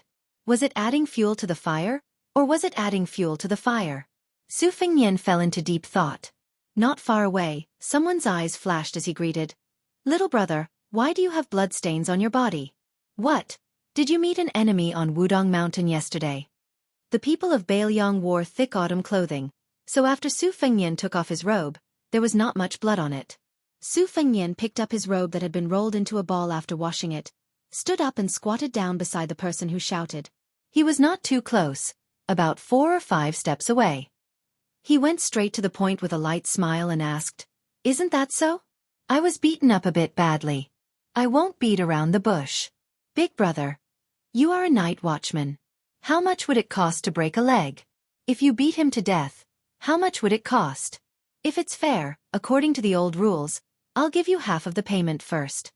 When night watchmen patrolled the streets, they would often clean up the trash on the streets. The night watchmen of the underworld were the kind of people who took people's money to get rid of disasters. That person's eyes lit up. He was not in a hurry to accept this deal that fell from the sky. He carefully sized up this young man with an authentic Bailiang accent, and said with an official accent unique to the Wuyue region of the Central Plains, "Little brother, let me make it clear first. Is your enemy a local gangster or a gangster?" A local gangster was a local, meaning a local snake. A gangster was a foreigner, a dragon that crossed the river. Su Fengnian smiled and said, "A local gangster." That person immediately frowned. Dealing with a Bailiang local was far more difficult than dealing with a stranger. He couldn't help but lower his voice. What, could it be that Lian K, or even the seahorse here? Lian K, was the picture drawn by a 9th-level official's uniform patch of the Liang Imperial Court, while the seahorse was a military official's patch. To the common people, they were the county magistrate who destroyed families or the governor who destroyed families. As the county magistrate of a county, their ranks were often 8th level or 9th level. Lian K, and seahorse became the Jianghu slang for officials and soldiers. They were both people that could not be easily provoked. It should be known that ever since that butcher Su Xiao, the imperial court had a bloody rule of passing the heads of Jianghu people who didn't obey to the rules to the 9 sides. After Liang unified the spring and autumn period, especially when Su Xiao stepped into the Jianghu, the entire Jianghu had to lower themselves. Otherwise, why would the great and city's minister of justice, who was in charge of issuing copper fish bags, be privately called the Emperor of the River, King of the Lake, and be seen by Jianghu people as the leader of the martial arts world in the imperial court?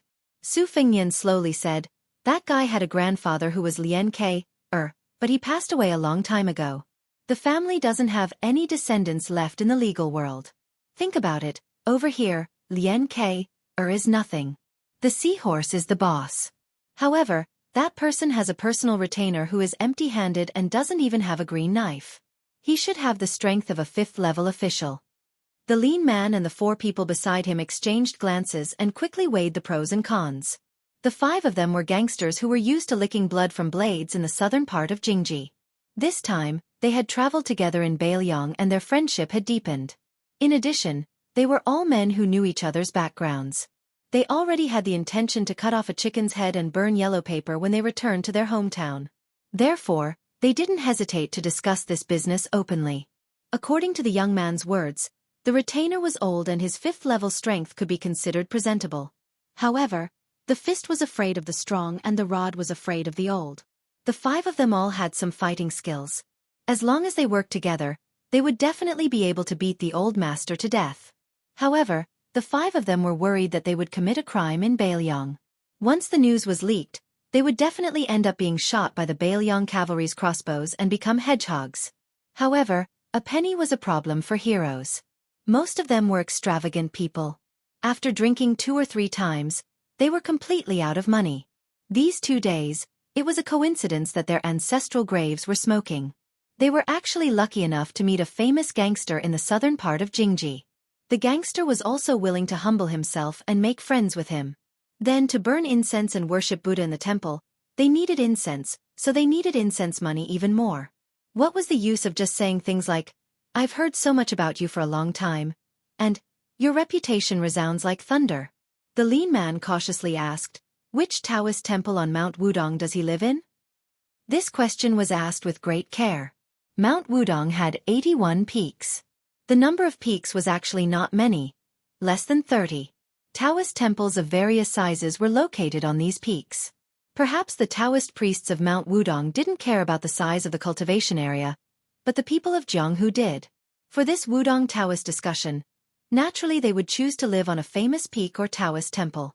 If they weren't famous, then they would sharpen their heads and live on a higher peak. It was said that many famous schools and sects had developed a gap because of this. They were only restraining themselves because they were afraid of the Baelyong government. Chapter 1908. Seniority in Jianghu, ranking in Jianghu, and ranking in Jianghu were all recorded in the minds of well-informed Jianghu people. For example, there were more than 50 people who were familiar with Jianghu faces in Jianghu in the Great Snow Plateau of Mount Hui. They were all famous big shots who were either immortals or grandmasters. Don't even think about them. The next group of people were mainly people who were qualified to enter the Yamen of the Ministry of Justice in the capital city. These gray people were even more untouchable in Jianghu. In addition to the dozen or so behemoths that were evaluated by the old and the new, those sects and factions that could dominate the martial arts world in a province also needed to be paid attention to. From the sect masters to the guest elders, and then to the personal disciples, all of them had to be paid attention to. The last group of people, such as Feng Zongxi, who was famous for his righteousness and generosity, and Liao Dong's red sandalwood monk, who was also a wandering immortal, usually wandered Jianghu alone. They had to remember their names and appearances clearly to avoid offending them. Otherwise, they would feel that 2 fists were no match for 4 hands. They deserved to drown in the big river instead of capsizing in the gutter. Su Fengnian's face was full of disdain as he said, "It's a small Taoist temple near Shaoyu Peak." He was only able to stay there because his grandfather was a big pilgrim there. Otherwise, with his little ability, he would have been forced to pack up and leave long ago. The lean man said with a smile, "Little brother, may I ask which Jianghu you are from? What grudges do you have with that person?" Su Fengnian smiled, "Brother, you're breaking the rules. Money in the world doesn't have a surname." The lean man, who knew he was in the wrong, laughed and said, "Money is all surnamed Zhao." Su Fengnian smiled and pointed at the blue stone. "Here, it has to be surnamed Su." Just when Su Fengnian was about to follow the vine and casually talk about the nursery rhyme, an uninvited guest interrupted their conversation. Tong Shanquan, who had a martial virtue and a heavenly treasure, 2 heavy weapons at his waist, walked straight towards Su Fengnian without any disguise. Su Fengnian was not annoyed by this. He believed that the spies of the Whispering Water Chamber on Mount Wudong had already known about this matter. Even if they did not attach as much importance to this matter as he did, he would go back and greet them personally. After all, Mount Wudong was still Baelyong's territory. Even if there were crooks and honest people mixed together, if they were willing to put in some effort, they would still be able to find some clues. As long as the other party was not a one-time deal and dared to continue fanning the flames, the spies of the Whispering Water Chamber would let him know the taste of living a life worse than death. Su Fengnian was not confident in this, but conceded. The world only knew the name of the Bailiang cavalry, but few knew that the Whispering Water Chamber was able to survive in the cracks of Liang's Zhao Go and Beimeng's cobwebs and continue to grow. Only the high-ranking generals of Bailiang knew that in the heart of this new Prince Liang, he respected the spies of Bailiang more than the crossbowmen on white horses outside the Liangzhou Pass. Su Fengnian did not stand up. He raised his head and asked with a smile, "Master Tong is here to comprehend the saber again?" The master of Jin Qiu Dao, who had a quiet temperament but a strong and vigorous saber, smiled and nodded slightly. She tapped the ground with the tip of her foot and nimbly flew towards the giant rock in the middle of the pool. She sat down cross-legged facing the waterfall and placed the two sabers across her knees. Naturally, the lightness skill that she displayed did not carry any worldly aura and did not appear to be superior. However, the young woman's bearing of a master was apparent at a glance. The lean man muttered to himself, "Why does she look so similar to the legendary young master of Jin Qiu Dao Manor? She also has two sabers at her waist and is also a national beauty? Or perhaps she is a heroine of the Central Plains who admires Tong Shanquan." Su Fengnian joked, "Brother, do you think that I would know such an unattainable master of martial arts? In the Jianghu of the ordinary heroes of Jianghu, let alone the Great Snow Plateau, even the high and mighty Holy Land of Jianghu such as Jin Qiu Dao Manor had a plaque hanging at its front door. The beautiful peony, green waist in the manor, the young master of the manor, Tong Shanquan's two sabers were heavenly treasures of martial virtue, and the quality of the two sabers embroidered with winter and spring thunder on someone's waist. Whether or not Tong Shanquan and Chen Tianyuan of the Tai Bai sword sect, who was also from the southwest of Liang, were an immortal couple, whether or not they had a short-lived marriage, and even whether or not she was secretly pregnant with that young banished immortal. These were all topics of conversation in the Jianghu of the Central Plains, enough to drink a few cups of wine. The fish and shrimps that lived in this Jianghu naturally carried the smell of dirt. If they did not speak the words of the heavens that were related to the heaven, earth, mountains, and rivers, they would not be able to achieve the magnificent feat of freezing the 30 provinces of the Central Plains with one sword. They went to the martial emperor city to pay homage to the high wall that was once filled with divine weapons, went to the great snow plateau of Mount Hui to see the goose-feather snow, went to the Dongyue sword pool to see the words, high mountains, deep waters, long sword, carved in cursive script, went to Yuyan Mountain Villa to see the Dragon Rock sword furnace forging swords, went to Bailiang's Lingzhou restaurant to drink green ant wine, went to the Quick Snow Mountain Villa to admire the scenery of the Spring God Lake. These were the blessings that they had been dreaming of. A young swordsman carrying a box on his back who was passing by the elephant washing pool unintentionally saw Su Fengnian and his face was full of surprise. He was the young master of the Yuyan Mountain Villa, Zhang Chunlin. Yesterday when Shenyuan Qingfeng of Mount Hui was drawing lots, he had already recognized Su Fengnian who was squatting at the stall next door and eating pancakes.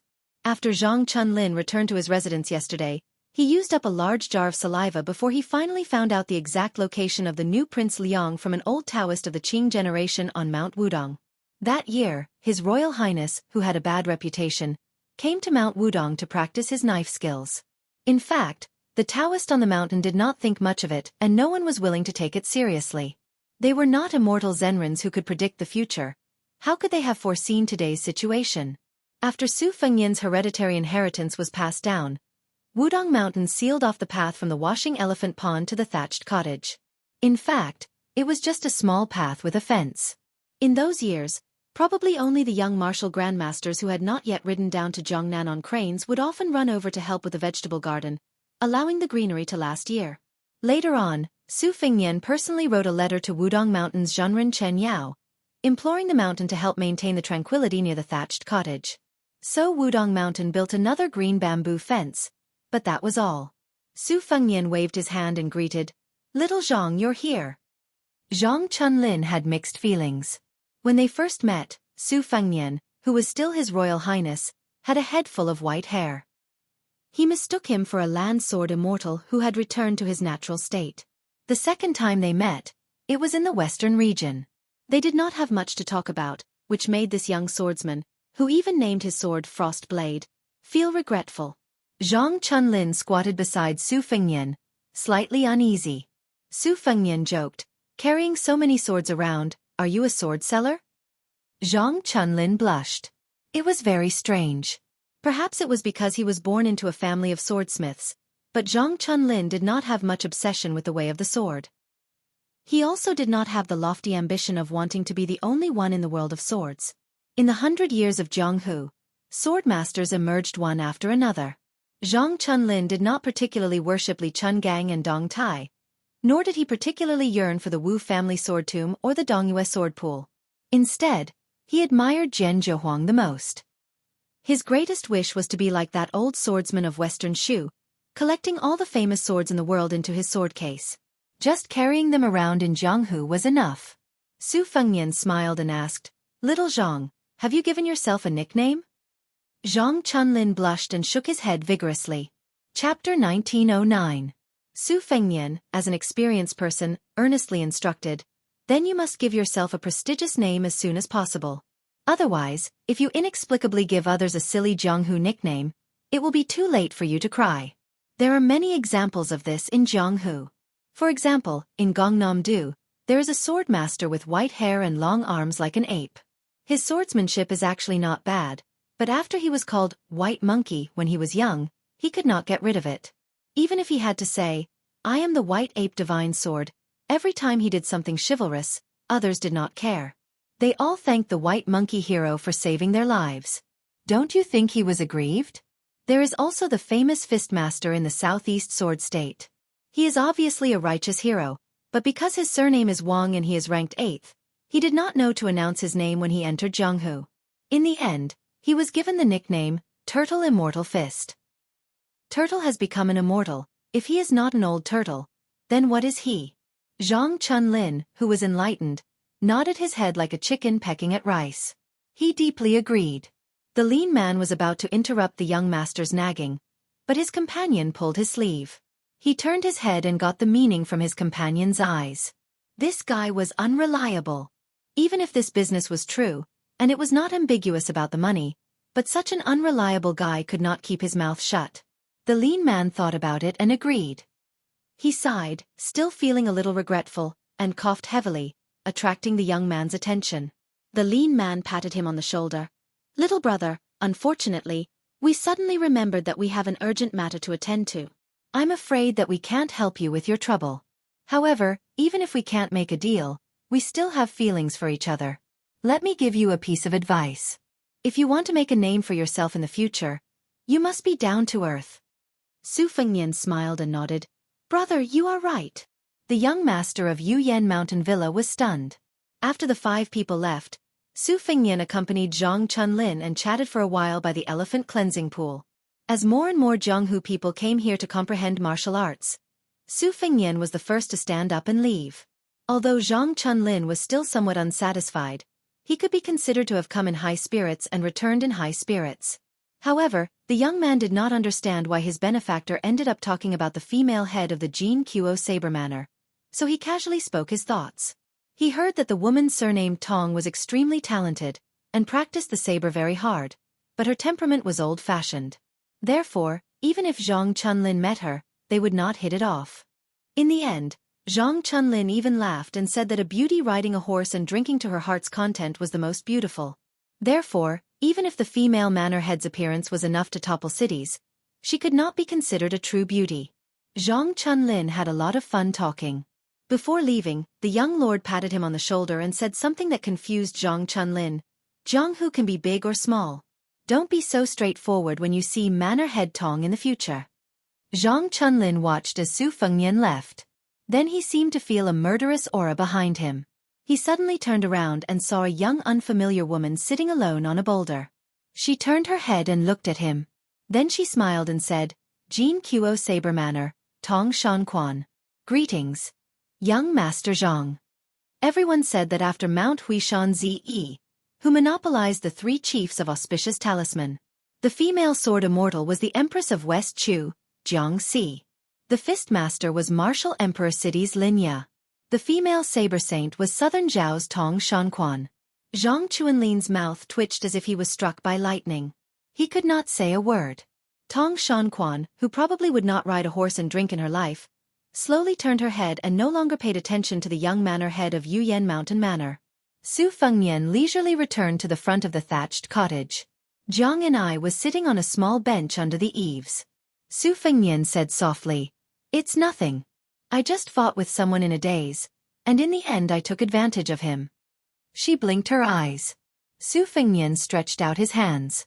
His hands were empty. He smiled and said, "You can't earn half a copper coin for this kind of thing." She asked softly, "When are you leaving Mount Wudong?" Su Fengnian moved a stool and sat next to her. "I have to leave immediately."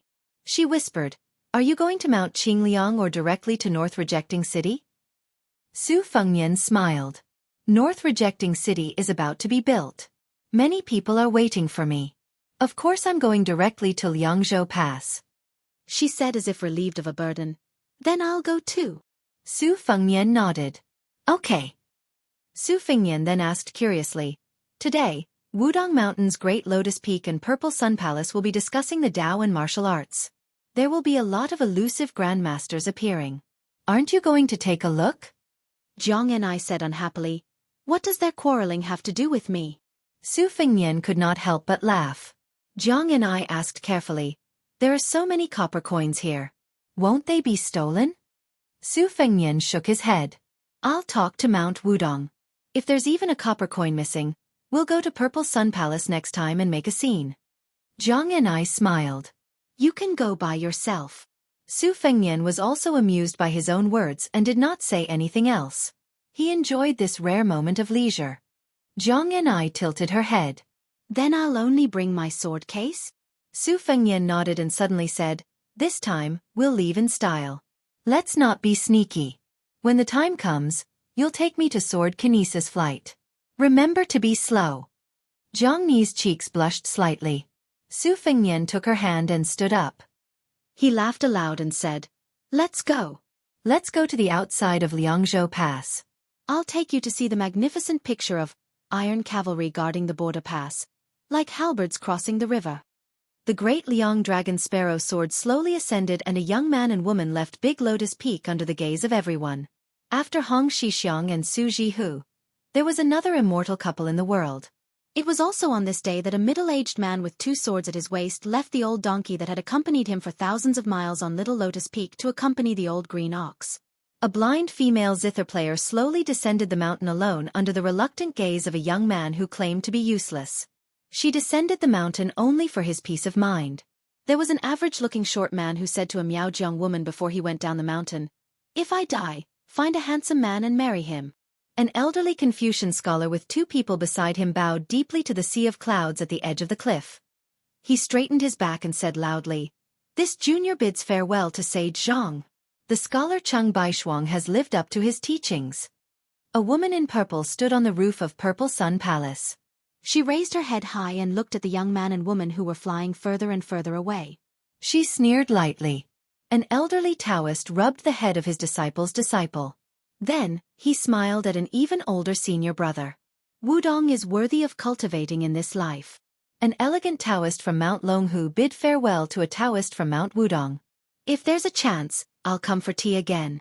An old man gently picked up his sword in the room. After hanging it properly, he said to himself, "How can my Dongyue sword pool not have one person dying outside the pass?" On this day, Dong Tai, Shenyuan Qingfeng, Wei Miao, Mao Shulang, Cheng Baishuang, Ji Luan, Qi Xianxia, Chai Qingshan, Shui Songguan, and Yu Xingrui, the 10 grandmasters of the Central Plains left Mount Wudong at the same time and headed outside Liangzhou Pass. After the snow ends, there will be a short story related to the snow. It will be about 200,000 words in total. It will be updated continuously on the public WeChat account Fenghua 1985. So, you must pay attention to it. The story of the snow that has been nagging for more than 4 million words is really coming to an end this time. So those who haven't subscribed yet and those who are in the mood to do so, please subscribe. You don't have to subscribe all the time. It's also good to help increase the number of high subscriptions. Chapter 1910. In Bailiang's Daoling Prefecture, there was a crowded and bustling shipping dock. This dock had been greatly expanded in the hands of the previous provincial governor, Su Beiji. It was not as if the Lingzhou officialdom did not complain about the waste of money and manpower. Other than the dock, There were also huge granaries that were no less than Liang. This provincial governor had built a lot during his time in office. However, who did not know that Su Beiji was known as the most favored Bailiang? In addition, Bailiang had never had the custom of censuring officials. At most, the officials and scholars in the officialdom would privately criticize him. Naturally, no one was willing to go to Mount Qingliang to be rejected. It was probably because Su Beiji's official reputation in Lingzhou was terrible. After the newly appointed provincial governor, Chang Sui, took a break to recuperate, the entire Lingzhou, who had been mentally prepared, felt like they were bathing in the spring breeze. They were full of praise for this scholar who came from the Shangyin Academy. Today, at the dock, under the escort of 200 of Lingzhou's most elite light cavalry, 2 carriages slowly arrived. 2 elegant men in official robes walked out. They were the proud disciple of the literary grandmaster, Han Guzi, the provincial governor of Lingzhou, Chang Sui, and the father-in-law of the new prince of Liang, the Central Plains Lu Zhenke Lu Dongjiang, who had just been promoted from the provincial governor of Liangzhou to the deputy administrator of Bailiang. In just a short year, Lu Dongjiang had sat in the 3rd position of Bailiang's civil official. Although it was a typical case of a father relying on his daughter, the Bailiang officialdom was pragmatic. It was not good for reputation. It did not have the complicated formalities of the Liang imperial court, such as whether one had a Jinshe background or served in the Hanlin Academy. Lu Dongjiang's official rank was the same as Song Dongming's. However, Lu Dongjiang was in charge of the government affairs of Yuling and Song Dongming, while Song Dongming was in charge of Liang Lu and Liang Lu. It was a bit like they were equals. Therefore, not long ago, a member of the Qingzhou Lu family said at a family banquet, Taiyan City once had a conflict between Zhang and Gu.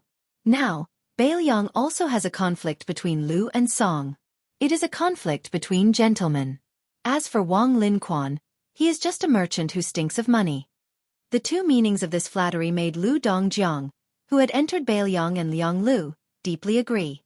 Although Lu Dongjiang still had some grudges against his ruthless daughter, Lu Chengyan, after such a meteoric rise, he gradually let go of this troublesome matter under his nose. Lu Dongjiang knew that if the Lu family wanted to continue to prosper, even if Lu Chengyan really did break off relations with the Lu family, with or without Lu Chengyan at Mount Qingliang, the Lu family's fate in Bailiang's officialdom would be completely different. Whether or not Lu Chengyan could sit firmly in the position of consort to the king of Bailiang, the Lu family's status would also be turned upside down. Recently, Lu Dongjiang had been thinking about whether or not he should invite his daughter and son-in-law back to the Lu family for the spring festival this year. They were a family that had gone through thick and thin together. Even if Su Fengnian was a noble vassal king, it wouldn't be too much to ask for him to accompany them to have a harmonious New Year's Eve dinner, right? Unlike the deputy administrator's brand new official robe, the governor Chang Sui's official robe was old and wrinkled. His originally fair face had also become dark.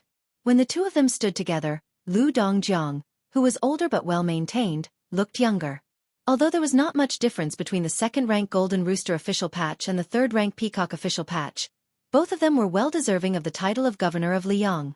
However, the former was a genuine central official of the imperial court, while the latter was a powerful official who governed a region.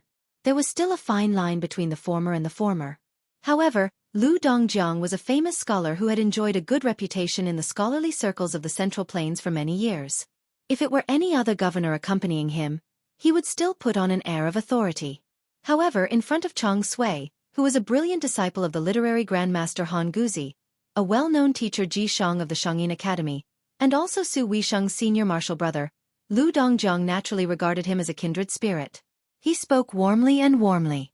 As the deputy administrator who was in charge of Lingzhou and Yuzhou, Lu Dongjiang had naturally heard about the Liang transport. He knew that the imperial court had originally promised to guarantee that 1 million dan of grain would enter Bailiang before autumn. However, until now, not even half of the grain had reached 500,000 dan. There were 3 batches in succession, scattered and hidden, and only 400,000 dan of grain. The Liang transport had 2 lines, horizontal and vertical. The horizontal line had the Guangling River as the main stem. Xiangfan City in Qingzhou, which was regarded as the waste of the Central Plains, was an important transit point for grain. However, no one had expected that the young vassal Zhao Sun would rebel with the Yan King Zhao Bing and the Shu King Chen Jibao. It was said that he was going to be elected as the new emperor. As a result, the Zhao Imperial Court lost half of the Jinggan Road's jurisdiction, and the grain transport was delayed again and again. Lu Dongjiang could only lament that this was an unlucky year. Chong Sui accompanied Lu Dongjiang to the shore of the ferry. The boats on the river were piled up like they were walking on flat land. The two sides of the pier were bustling with activity, which surprised Lu Dongjiang. Chong Sui's words broke the mystery. The Liang Imperial Court announced to the outside world that they would provide 500,000 dan of grain to the Bailiang Road before autumn. In reality, our prince and minister Qi Yanglong had agreed on 1 million dan. In reality, this autumn, under the supervision of Qi Yanglong and Huan Wen, close to 800,000 dan of grain had been shipped into our Lingzhou granary. However, out of consideration for Liang's reputation, we only said to the outside world that we had received 400,000 dan. Since the weather was good and the political matters were clear, Lu Dongjiang was pleasantly surprised. However, he immediately realized that the Lingzhou provincial governor beside him, who had suddenly taken a high position, did not seem to be in a good mood. Chong Sui said calmly, "Sir Lu has just taken office, so there are some things that you might not be clear about. Apart from promising 1 million dan of grain before autumn, the Liang Imperial Court also promised to ship in 2 million dan. However, looking at the current situation, that seems to be far away." Lu Dongjiang was confused. The Central Plains is in chaos, and the Jinggan Road is also under the jurisdiction of the rebel vassal king Zhao Sun. It is reasonable that the Imperial Court is unable to control the grain transport, right? Chapter 1911. The spring snow building of the Guangling Wang Fu had changed owners. In reality, half of Liang had changed owners that night. Naylan Yusi, who had planned all of this, sat at the mouth of the Rouge Well at the peak of the mountain by the river. There were a dozen rainflower stones produced by the Guangling path in one hand. He picked them up one by one and then threw them into the well. Beside Naylan Yusi stood Sword Immortal Tang Shi Lu Baijie, who had been reduced to a prisoner. Unlike the administrator Wang Xiongui, who had been locked in prison, as the Guangling path Jidushi, Lu Baijie was not restrained as long as she did not leave the Wang Fu. Lu Baijie asked, "Mr. Naylan, what business do you have with me?" Naylan Yusi lowered his head and bent down to look at the black well. He said with a gentle smile, "While the Yan Qi Wang Fu has some spies and death warriors who have been rooted in Great Peace City for many years, and some of them have high positions, they cannot compare to Mr. Tang Shi, who has been in the center for a long time. I want to know how many of the important officials of Liang in Great Peace City who are qualified to attend the small court meeting of the Divine Cultivation Hall are loyal officials. How many of them will waver in times of danger, and how many of them are not loyal to the young emperor? If Mr. Tang Shi is willing to speak frankly, we will be able to act accordingly. In the future, there will be fewer ghosts in Great Peace City." Even if he was speaking extremely vicious words, this strategist's voice was soothing and his smile was shallow. He was truly a romantic figure that was hard to dislike. Lu Baijie shook her head and said, "Mr. Naylan is thinking too much." Naylan Yusi had an expression that said he knew it. He waved his sleeve and stood up. He said with a smile, "Let's go, I'll take you to a room. I spent 3,000 dan of rice to gather a study for Mr. Tang Shi." Lu Baijie was confused. A study as a gift? And what was with the 3,000 dan of rice? Not to mention Great Peace City, where every inch of land was worth its weight in gold. Even in her hometown, Gangnam-do, 3,000 dan of rice could be converted to silver to buy some good study supplies? Naylan Yusi said confidently, "Mr. Tang Shi, please wait and see. You will not be disappointed." Lu Baijie followed Naylan Yusi to a secluded courtyard in the Wangfu. After passing through the corridors and buildings, Naylan Yusi pushed open the door and extended his hand, indicating Lu Baijie to enter the room first. The first thing that came into view was a table made of yellow rosewood with black lines. Because it was a short table, it was naturally not a desk that was used to place expensive and elegant items. However, the waist of the table was made of banana leaves, undulating like water ripples, flowing elegantly. On the side, there were branches of flowers and birds, giving it a sense of fancy. The lower part of the table was carved with dragon horns and teeth. When one looked back, it was full of vigor. The study table further away was a long table with dragon patterns. The 4 treasures of the study on the table were all treasures that any scholarly family in Gangnam-do would want to worship. Naylan Yusi walked to the side of the table, 2 fingers holding the lid of an ancient and cute purple clay teapot. He raised it up high, but the body of the teapot did not fall. He said with a smile, This is the heaven and earth tea teapot that has been lost in the old Dongyu. When this teapot was popular in the north and south of the Yangtze River, the matter of drinking tea had already taken a back seat.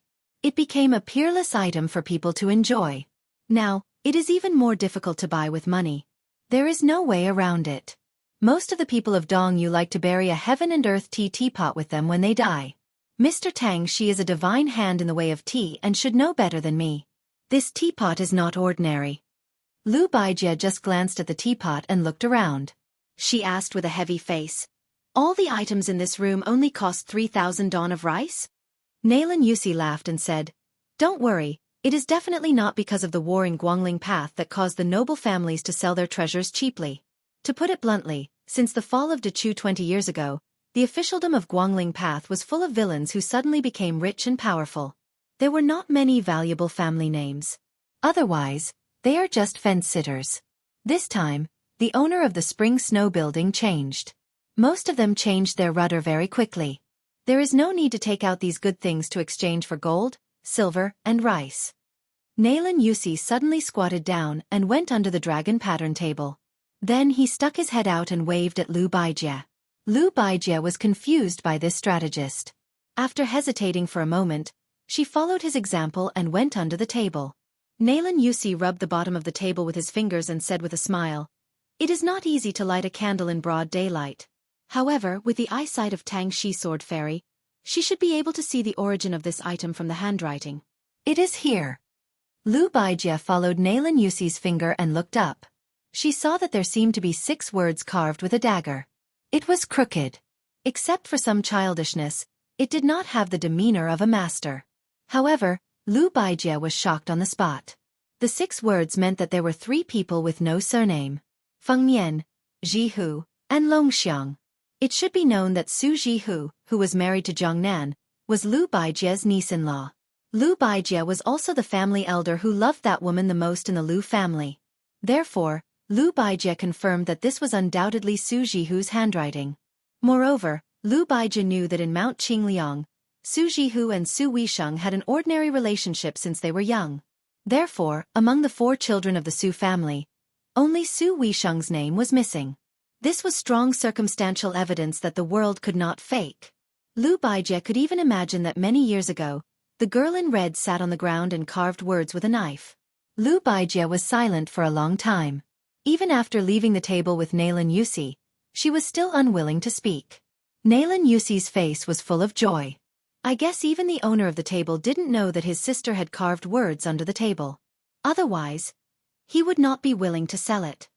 Lu Baijie thought of the young man who asked her in the early years if she could sell him some benevolence, righteousness, and morality. Her mood was complicated. She smiled bitterly and said, "Why did the Su family have to do this? Didn't Mr. Nailan say before that after Zhao Sun left Qingzhou, he lost control of Jinggan Road? How could he stop the grain from going cold? Moreover, you have no intention to touch Jinggan Road for the time being. At first, I thought you were worried that the troops would be too scattered and the front line would be stretched too long to prevent Wu Zhongshuan's army from going south in one go. Now it seems that it was your idea? You deliberately let Bailiang and the imperial court be dirty because of this. Were you afraid that once the Bailiang frontier army unexpectedly won the Second Battle of Liangmang, the Su family's cavalry would still have the strength to go to the Central Plains to quell the rebellion?" Nailan Yusi leaned against the window and said playfully, "Otherwise, do you think an old assistant minister of the Ministry of Appointments, Wen Tai, could return to Qingzhou so smoothly to be the administrator? It is one of the laws of Liang that officials of the imperial court are not allowed to be officials of their hometown." Nailan Yusi's smile deepened. He clicked his tongue and said, "No matter how old Wen Tai is in the capital, no matter how strong his official connections are in Graydon City, he should be promoted to a civil official leader somewhere else. In order to let this guy be the administrator of Jinggan Road, I used a lot of favors in Graydon City. However, I never thought that the Liang Imperial Court would give me a big surprise and let Ma Fulu's son go to Jinggan Road to take charge of the military. This way, on the issue of grain going cold, the civil and military officials of the border would work together to secretly support those pests of the country. Only then could they resist the pressure of Qi Yonglong and Huan Wen.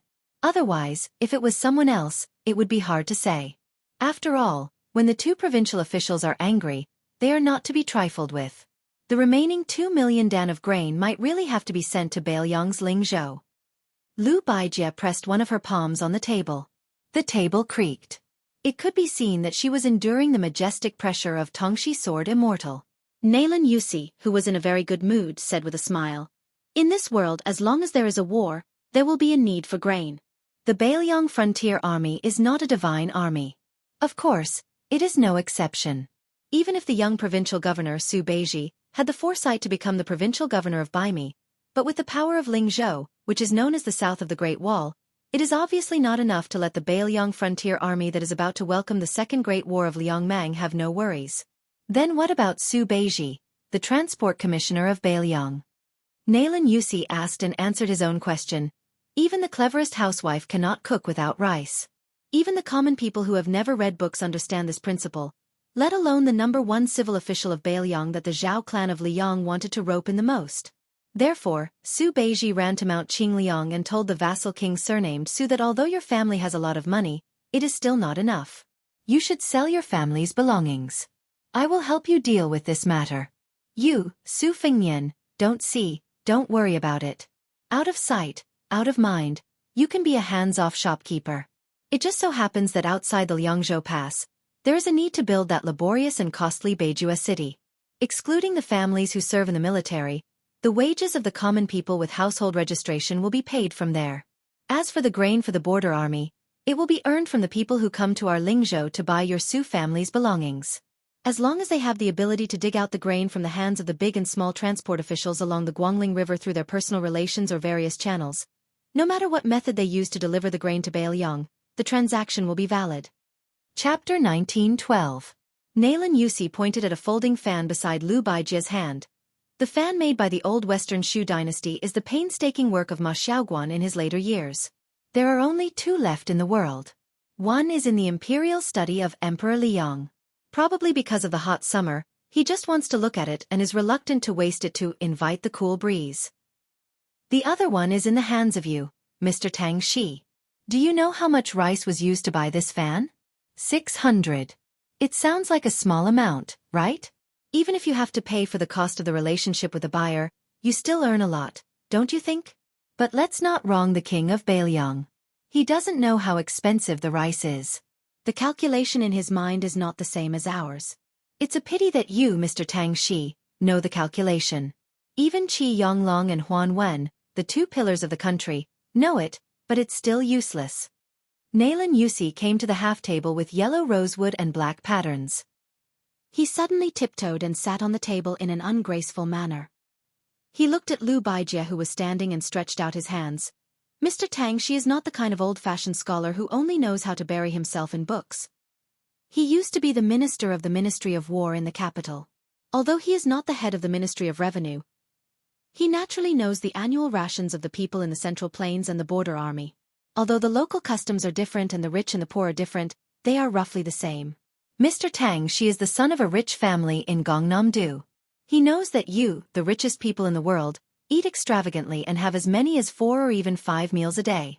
Ordinary people can also maintain 3 meals a day. 2 shows and 3 stews need to be full. The most expensive fresh fish is yellow rosewood. This saying even makes me, who is far away in Nanjiang, envious. Nalan Yusi gently shook one of his hands. On the other hand, Bailiang is poor. Even the people in Lingzhou have 2 meals a day. In summer and autumn, they have 2 vegetarian meals and 1 meat meal. In spring and winter, they have 3 vegetarian meals and 1 meat meal. In spring and winter, they have 3 vegetarian meals and 1 meat meal. The young and strong who need to do heavy work can each drink a spoonful of wine. In this way, the young and strong in Bailiang consume about 11 don of rice a year, and the rations for women and children are reduced by half. If a family of 5 people is counted, because there is usually one young and strong in the family who is in the border army outside the Great Wall, a family in Bailiang with only one young and strong in the Great Wall needs 16 to 17 don of rice a year.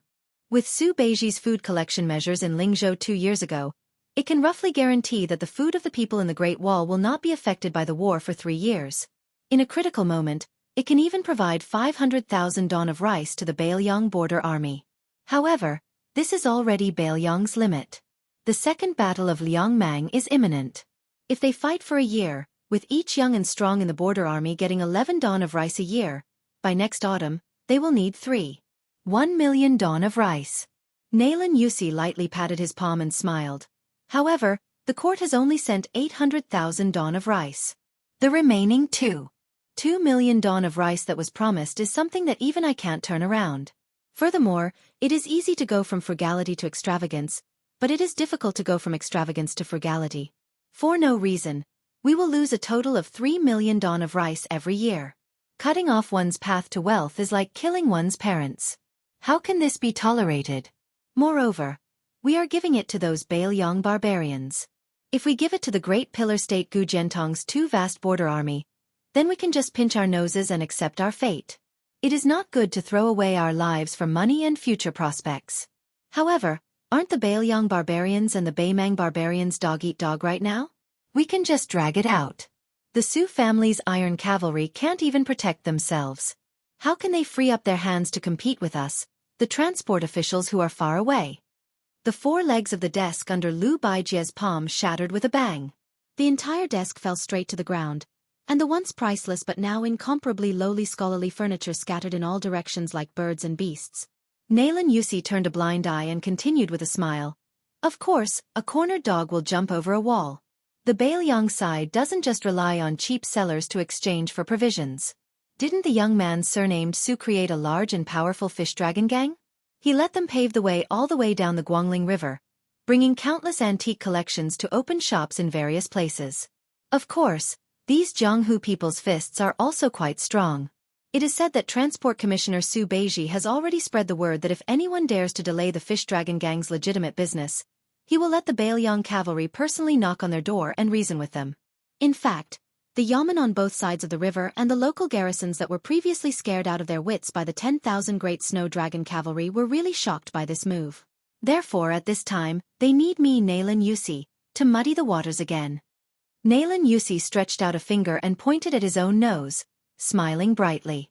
Lu Baijie clenched his fists and stared at the only remaining figure of those strategists. Zhao Chongling, Huang Longshi, Yuan Benshi, and Li Yishan had all died one after the other. It seemed that only this Nalan Yusi had lived to the end, and seemed to have had the last laugh.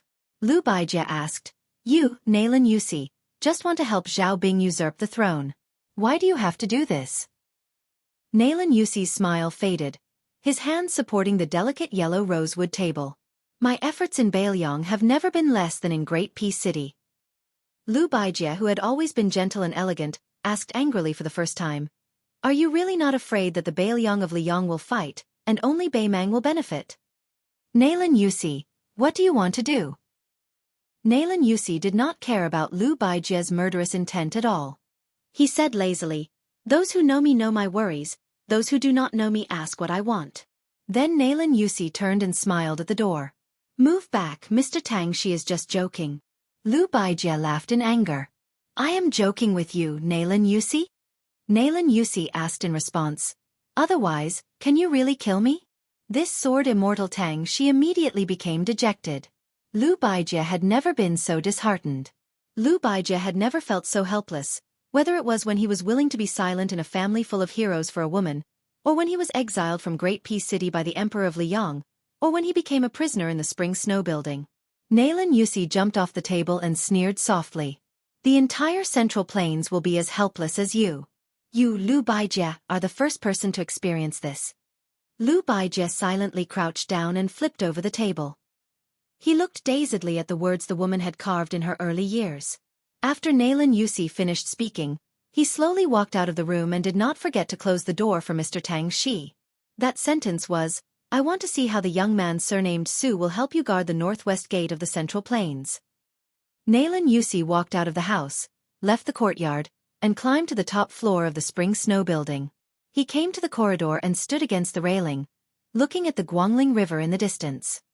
He muttered to himself, "Drunk holding a wine cup, can swallow the cool breeze of Jiangnanwu, brushing the armor and blowing, can absorb the strength of the northwest Qin Long. But now, I am living in Jiangnan. You who said such bold words, have long died in the northwest." Nalan Yusi raised his head and asked softly, "Li Yishan, if you are still alive, will you persuade your student not to guard the northwest gate?" At this moment, A voice sounded behind Nalan Yusi. Li Yishan will never say this. Nalan Yusi did not turn his head. He quickly returned to normal and asked with a smile, "Why does King of Shu also have the leisure to climb high and look into the distance?" It was Chen Jibao's uninvited guest. He said indifferently, "Wu Zhongshuan is nothing. If I throw him into the Bailiang Frontier Army, he can't even be the deputy commander of the infantry. Is he worthy of my attention?" Nalan Yusi finally turned around. He leaned against the fence and said with a smile, "Don't say this in front of Zhao Bing. It's too much of a slap in the face. Back then, Wu Zhongshuan and I, Nalan Yusi, were the right-hand men of King Yen." Chen Jibao sneered, "So your Nanjiang army is only fit to have internal strife in the Central Plains." Nalan Yusi sighed, Chen Jibao, you really have to change your temper of only being willing to speak the truth." In other words, Nalan Yusi obviously did not deny Chen Jibao. He acquiesced in the contempt of the Bailiang Protector General for the elite army of Nanjiang. Nalan Yusi asked with a smile, "Don't you regret leaving Bailiang?" Chen Jibao twitched the corner of his mouth, and he didn't even have the desire to speak. Nalan Yusi turned around again and looked at the Guangling River that rolled into the sea. He said, "Who said that the cavalry can resist the north like a halberd across the river?" Chen Jibao still didn't speak. Nalan Yusi leaned on the railing and gently rested his chin on the back of his folded hands. Bailiang, homophonic, sad, inauspicious. I don't know why that guy didn't persuade Su Xiao to change at the beginning. Chen Jibao finally sneered and said, "Sad?" He walked to Nalan Yusi's side and laughed. "My Bailiang cavalry has 300,000 soldiers. Life can be sad, but death is magnificent. How can the gentle people of the Central Plains understand?" Nalan Yusi whispered, "Did you say I Bailiang?" Nalan Yusi, who suddenly realized, said to himself, "One day, you are the Bailiang Frontier Army, and you will be a soldier of Bailiang for the rest of your life. I understand. What you have done has nothing to do with the new Prince Liang, Su Fengnian, or even with the old Prince Liang, Su Xiao." Nalan Yusi turned to support his chin with one hand and patted the railing with the other. He continued to look into the distance. "Chen Jibao, don't worry. I will help you to make the Central Plains understand. Of course, this is the premise that we can stand here and talk." Chen Jibao asked, "Aren't you afraid that Zhao Bing and Zhao Zhu will kill you? Especially Zhao Zhu?" Nalan Yusi said a joke that was not very funny. "I'm scared to death." Chen Jibao turned and left. He said in a deep voice, Chen Jibao, don't ask about the process, only the result. If you can't do it by then, don't mention Zhao Bing and Zhao Zhu. I will kill you first." Nalan Yusi, who had his back to the white-clothed war sage, said calmly, "Let's wait and see together with the whole world. Watch the big joke with me, Nalan Yusi, a joke that is not very funny." Chapter 1913. The people of Longqing County in Lingzhou were once the most arrogant group of people in Bailiang. Regardless of whether it was the border soldiers or the scholars or merchants, they all stood with their backs straight. This was because this was the hometown of the former Huaihua great general Zhong Hongwu. Zhong Hongwu had been the commander of the Bailiang cavalry for over a dozen years. He had accumulated a lot of prestige, and his disciples were all over Bailiang. Adding on the fact that Zhong Hongwu was known for being protective of his own people, promoting generals was a public show of kindness to his hometown, so the people of Longqing County all felt superior to others. Before the auspicious talisman, Longqing County was, without a doubt, a very popular place.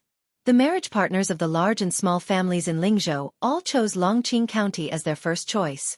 However, after Zhong Hongwu's death, it became a bleak scene.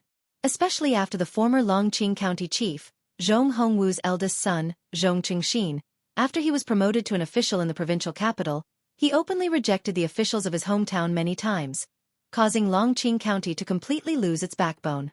Just like that, of the three most prosperous counties in Bailiang in the past, Longqing County, Yanji County, and Huangnam County, there were only two other counties left.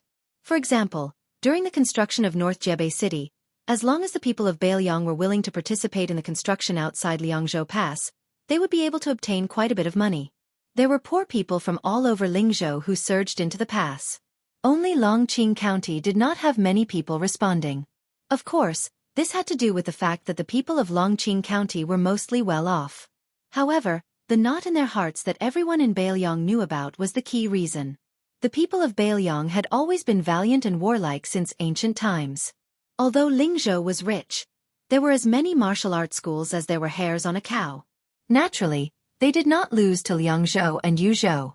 In the past, His Royal Highness, who had stirred up storms in the officialdom of Lingzhou, no matter what his original intentions were in the end, he uprooted the Zhong family, this towering tree that shadowed the entire county, from its roots.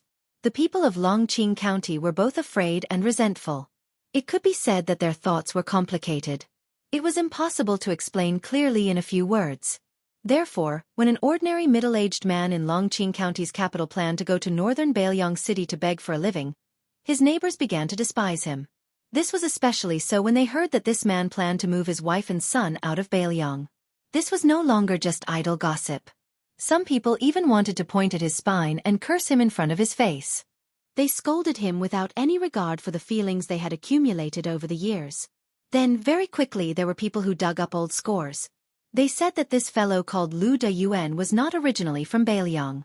It was only after he married a woman from Longqing County that he went to the Yamen to change his registration. It could be said that he had taken root in Longqing County. All these years, he had been a butcher in Longqing County who slaughtered pigs and sold meat. In fact, he had always been fair in his business and didn't earn any money that went against his conscience. It was just that this trip to northern Baelyong City this time had incurred the wrath of the public, causing his family of 4 to become like rats on the street. Who knew which gossipy idle man remembered that this bastard surnamed Lu had let slip that the second round against the Baymang barbarians when they were drinking and chatting. This immediately caused an uproar. In Lu Deyuan's pork shop, that whole pig that weighed less than 100 caddies was sold for 3 days straight. He couldn't even sell half a caddy of it, so he could only stew it at home every day to celebrate the new year. During this period, Lu Deyuan gave a large piece of the best tenderloin to a lonely old man who lived at the end of the street.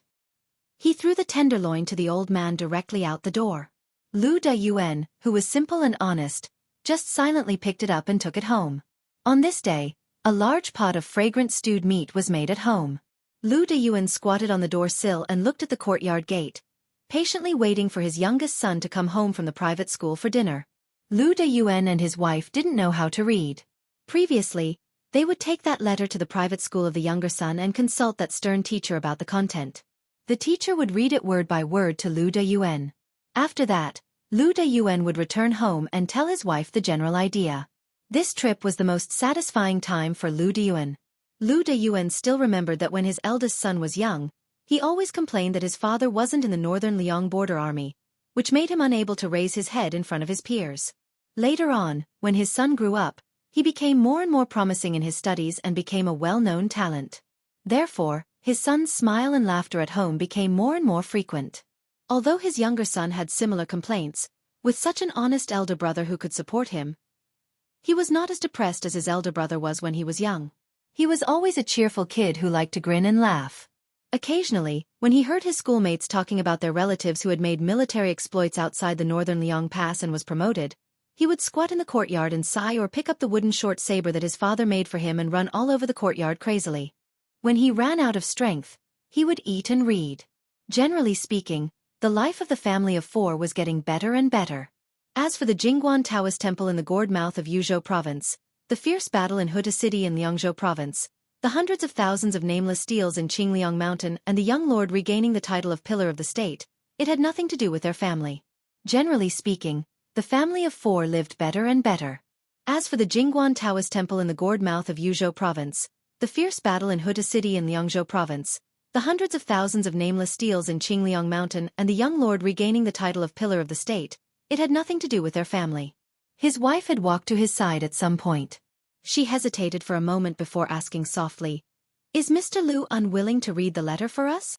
Lu Deyuan scratched his head and hummed in acknowledgement. His face was full of guilt. The woman, who was not beautiful but had a gentle temperament, smiled and did not say anything. Suddenly, a child ran into the courtyard while crying. When he saw his parents, who were squatting and standing, he stopped in his tracks and raised his arm to wipe his tears. He sobbed sadly, "I don't have a father like you. You're a good-for-nothing, and you don't have a backbone. I don't want to leave Baelyong with my mother." Lu Deyuan was stunned. The woman said angrily, "Xiangzhu, Mother doesn't allow you to talk to father like that. The child had never seen his mother get angry before. He was so stunned that he even forgot to cry. Lu Deyuan secretly pulled his wife's sleeve and said softly, "Xiaoer, don't be angry at the child." The woman was still angry and glared at him. "You have no manners. Mr. Lu taught you how to read and write. Did he teach you how to scold people?" The child became more and more aggrieved. He simply hugged his head and squatted on the ground, sobbing pitifully and helplessly. The man stood up and gently carried the child back to the house. After sitting on the bench, he rubbed the child's head and smiled. "Xiangzhu, I'm not angry that you scolded father like that. Instead, I'm very happy." The child wiped his face carelessly and secretly glanced at his mother sitting across the table. Seeing that her face was still gloomy, the child continued to be silent. Anyway, the neighbors all laughed at his father for being a silent Lu Deyuan. He could only blame his father and not Lu Xiangzhu for being a silent Lu Deyuan. The man was about to say something to his wife when she said softly, "Deyuan, you're the man in charge of the house. Whatever you say goes. However, when you reach the border, remember to wear warm clothes. The weather is cold and the snow is heavy in winter. You have to work often. After all, this is not your home. You can always have a place to shelter from the wind and rain. All right, I'll prepare 3 more pairs of cotton shoes for you. Don't complain that the soles are too thick." Listening to the woman's endless chatter, the man was not impatient at all. He responded with a smile and occasionally lowered his head to pick up a piece of meat for the child who was sitting in his arms and eating. In the end, the child had a temperament that could not bear grudges. He was like this to his peers, let alone his own parents. Soon the child raised his head and said angrily, "Father, I'm telling you. Mr. Lu told us that according to Bailiang's military law, if a person is to be killed, he or she will not be killed. According to the military law, those who cower before battle will be beheaded. You're lucky that you're not a soldier of the border army. Otherwise, humph." The man did not know whether to laugh or cry. The woman leaned forward and picked up another piece of meat for the child's bowl. She laughed angrily. "I can't shut your mouth. Every night when you're doing your homework, you often nap. I've never seen you so energetic." The child made a face and ate the fragrant stewed meat with oil dripping from his mouth. He turned his head to look at his father and asked seriously, "Father, do you know how many beheadings there are in Bailiang's military law?" The man asked, "Do you know?" The intelligent child rolled his eyes. "In any case, there are a lot." The Su family of Bailiang's military had always been known for its ruthlessness. It was said that the butcher had once jokingly said that Su Xiao was an uncouth man who did not know how to read the word dou in the Hall of Wooing. He only knew the stupidest way, which was to kill people. He was not careless when killing the enemy and never showed mercy when killing the soldiers under his command. That was why he had the military force he had today.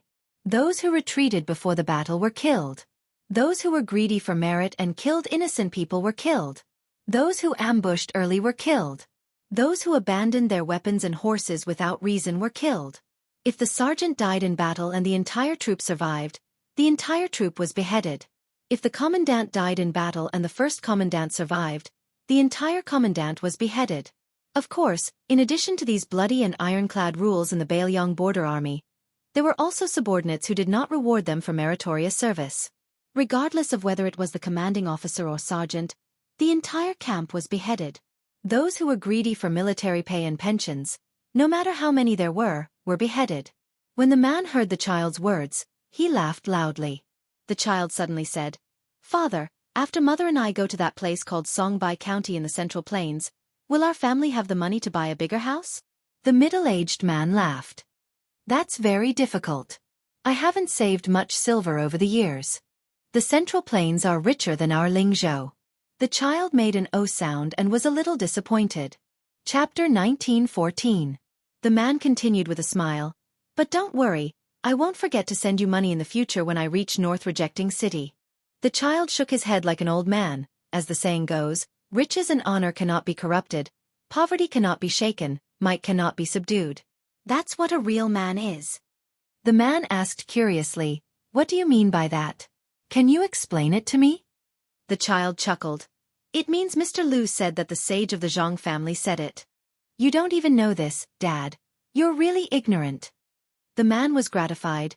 It's okay if I'm ignorant, as long as you and your brother are. At the mention of his brother, the child immediately said proudly, I'm far from my brother. Even Mr. Liu said that my brother is amazing. The man laughed heartily. Aren't you both my son? The woman looked at the father and son with a gentle smile. She didn't know anything about war, nor did she know anything about knowledge. She only relied on her many years of daily necessities and saw a lot of people and things. She understood a simple truth. Some men would only say the harshest words to the people closest to them. However, some men would save their best temper for their family members. Her man was the latter. Therefore, whether it was the calmness of the past 10 years or the gossip of the neighbors, she didn't feel that marrying this man back then was a mistake. The child asked, Dad, where was your hometown in the past? Is it that Songbai County? The man nodded, yes, but when I was your age, life wasn't good. There was no one left in the family and I couldn't survive, so I left my hometown. The child laughed rudely. No wonder the neighbors said that my mother fell for you. They're really blind. This time, the woman didn't get angry. She only covered her mouth and laughed secretly. The man was even less angry. He looked at his wife. That's right. The child asked worriedly, Dad, is my brother really going to study in that Gangnam-do? When will he be able to meet us in Songbai County? The man said softly, I don't know either. When I was young, I swore that my son would have to study in the future. I always felt that studying was the best. No matter what he did, no matter how much money he earned, it was nothing.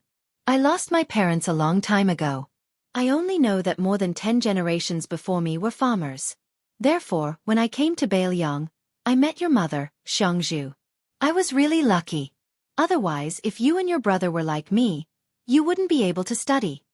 The child muttered, Then why don't you treat mother better? The man said helplessly, That's all I can do. There's nothing I can do. The woman's eyes curved into crescents. The man said that he was very lucky, but she felt that she was very happy. On the day the mother and daughter left Longqing County City with their luggage, this man slowly returned to the city along the post road. When he returned to this small and shabby alley, he thought for a moment. Carrying the only 2 pig legs left in his house, he went to 2 places one after the other.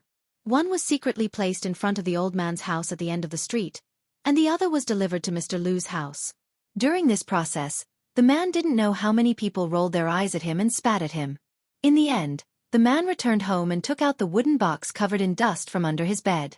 He never opened this box, and his wife was also considerate and never asked about it. This man, who had lived in this small street for more than 10 years and had always been silent, carried the heavy wooden box to the courtyard. He squatted down and used his strength to wipe away the dust. The man muttered to himself, My 2 old friends, not long after you accompanied me to Bailiang, the great general led us to fight that battle in Baimang. It was really sullen. We won and retreated. Many people and I left the border army in anger. Later, we found out that it was the old emperor of Liang's scheme. It turned out that he was afraid that we would destroy Baimang in one breath, and then he wouldn't be able to sit on the dragon throne anymore. All these years, I really didn't have the face to see you guys. Hey, as for fighting, I, Lu De Yuan, joined the army at the age of 14. In the 2nd year I became a corporal. At the age of 16, I became a commandant. At the age of 18, I followed the great general to the grave as the deputy general of a battalion. What was there to be afraid of? I also left the border army early. Otherwise, when little bastards like Wang Lingbao and Li Mofen see me, wouldn't they have to tuck their tails between their legs and behave themselves? The commoners on this street were somewhat puzzled. After the sound of horse hooves, they saw 7 to 8 elite cavalry wearing armor and carrying swords stop in front of Lu De Yuan's house. This made the commoners somewhat worried. They scolded Lu De Yuan, that foreign coward, but after all, they had been neighbors for more than 10 years. Lu De Yuan wasn't a bad person. Everyone had deep feelings for each other. Otherwise, why would they scold him to his face? This big enigmatic Lu De better not offend the government's garrison. The leader of the elite cavalry was a tall and sturdy man in his 40s. He was now the main general of the local army stationed in Longqing County. He had been a commandant of the cavalry for more than 10 years. The commoners of Longqing County might not know him personally, but they all knew that this person was highly regarded by Lingzhou's general Han Laozhan. It was said that he was brothers with Hong Shuwen, who was born in the Red Phoenix Battalion. In the future, how could a commandant with real power or a deputy general of a province run away? One of the commandant's trusted subordinates asked softly, "Commandant, who are you sending off? Why do you need to personally come out? Normally, you wouldn't even be in the mood to look at those people who are close to the Zhong family. How could there be such an arrogant fellow in our Longqing County?" The commandant sneered. "Those embroidered pillows aren't even fit to feed the horse of the person in the house." Then the commandant proudly said, "Back then, I was the one who fed his horse." This kind of thing could be used to brag? The cavalry looked at each other. Did our commandant's head get clipped by a door recently? He wasn't like this in the past. His eyes were very high. When the cavalry finally saw the man with the luggage step out of the courtyard, they were all stunned. His figure could be considered sturdy and tall. They couldn't tell that he was a person with 3 heads and 6 arms. The commandant quickly dismounted from his horse. Then, he led a horse that no one was riding and walked forward. He cupped his fists and said in a deep voice, "Longqing County Cavalry Commandant Ma Yunjing. Greetings to old Deputy General." The man with the luggage was holding a long item wrapped tightly in cotton cloth. He glanced at Ma Yunjing, who had purposely avoided contact with him in the past decade, and said exasperatedly, "When you call someone else, you have the word deputy in your official position. Are you scolding me? Do you think you are a great general? Great Peace City likes to greet those military generals with the word deputy. And the civil officials who are second in command?" Ma Yunjing shrunk his neck and didn't dare to answer. This man called Lu Deyuan looked around. He straightened and cupped his fists. Lu Deyuan, thank everyone for taking care of me in these years." The people on the 2 sides of the street were puzzled and didn't know what to do. Lu Deyuan hung the armor bag on the side of the saddle, and then skillfully mounted the horse. Regardless of whether they won or lost the battle outside Liangzhou Pass, Lu Deyuan, had no thoughts of returning to Lingzhou alive. He hadn't worn armor or touched a blade for more than a decade. How could he not kill to recoup his losses? Ma Yunjing reminded in a soft voice, "Old soldiers of Bailiang, according to the law, can carry a blade on the streets." Lu Deyuan raised an eyebrow. He finally took off the cotton cloth that was wrapped around the long item and revealed an old battle blade that hung from his waist. Lu Deyuan turned to look at Ma Yunjing, who could not possibly follow him out of the pass. "If we lose, there is nothing to discuss. If we win, if my 2 sons return to Lingzhou in the future, tell them that their father is a butcher, but also one of the cavalry of the Su family." Ma Yunjing nodded furiously. He had thousands of words, but only 2 words came out of his mouth. "Take care." Lu Deyuan glanced sideways and said, "Little brat, in the past, I knew that you were useless. As expected, you only became a shoddy commandant today." Ma Yunjing's face flushed red. Lu Deyuan suddenly took down the battle blade and threw it to Ma Yunjing. He laughed and said, "Fine, I'm going to use the new cold blade to kill the enemy. Since you fed the horse for so long in the past, I'll give you this one." Ma Yunjing felt as if he had received a treasure. Such a man actually had tears in his eyes. This battle blade was the first generation of the Su family's blade. It symbolized the rise of the Su family's cavalry in the land of spring and autumn. It symbolized the invincibility of the Su family's cavalry in the Central Plains. It was also because of the Su family's old cavalry camp that the current Bailiang cavalry was the best in the world. And this man was from one of the Su family's old cavalry camps, the Manjia camp. First-class cavalry, Lu Deyuan. The people on this street naturally did not know that after General Su Shao grew old, he had many times lamented to the civil and military officials in the meeting hall of Mount Qingliang. In the past, that kid called Lu Deyuan was the fiercest in battle. He was comparable to Lu Qiu'er. He was really not a coward. Chu Lushan would always complain that he was wronged, but that guy surnamed Lu always charged forward with all his might. He never paid attention to the art of war, so he was definitely not as good as me. Yuan Zuozong would tear him down, but he never lost even once. Butcher would nod and say, "Yes, he's like me." And then a certain young man would mock him with his Royal Highness. Around the beginning of autumn this year, many of the Su family's old soldiers like Lu Deyuan began to rush out of the pass. And they were the backbone of the Bailiang cavalry.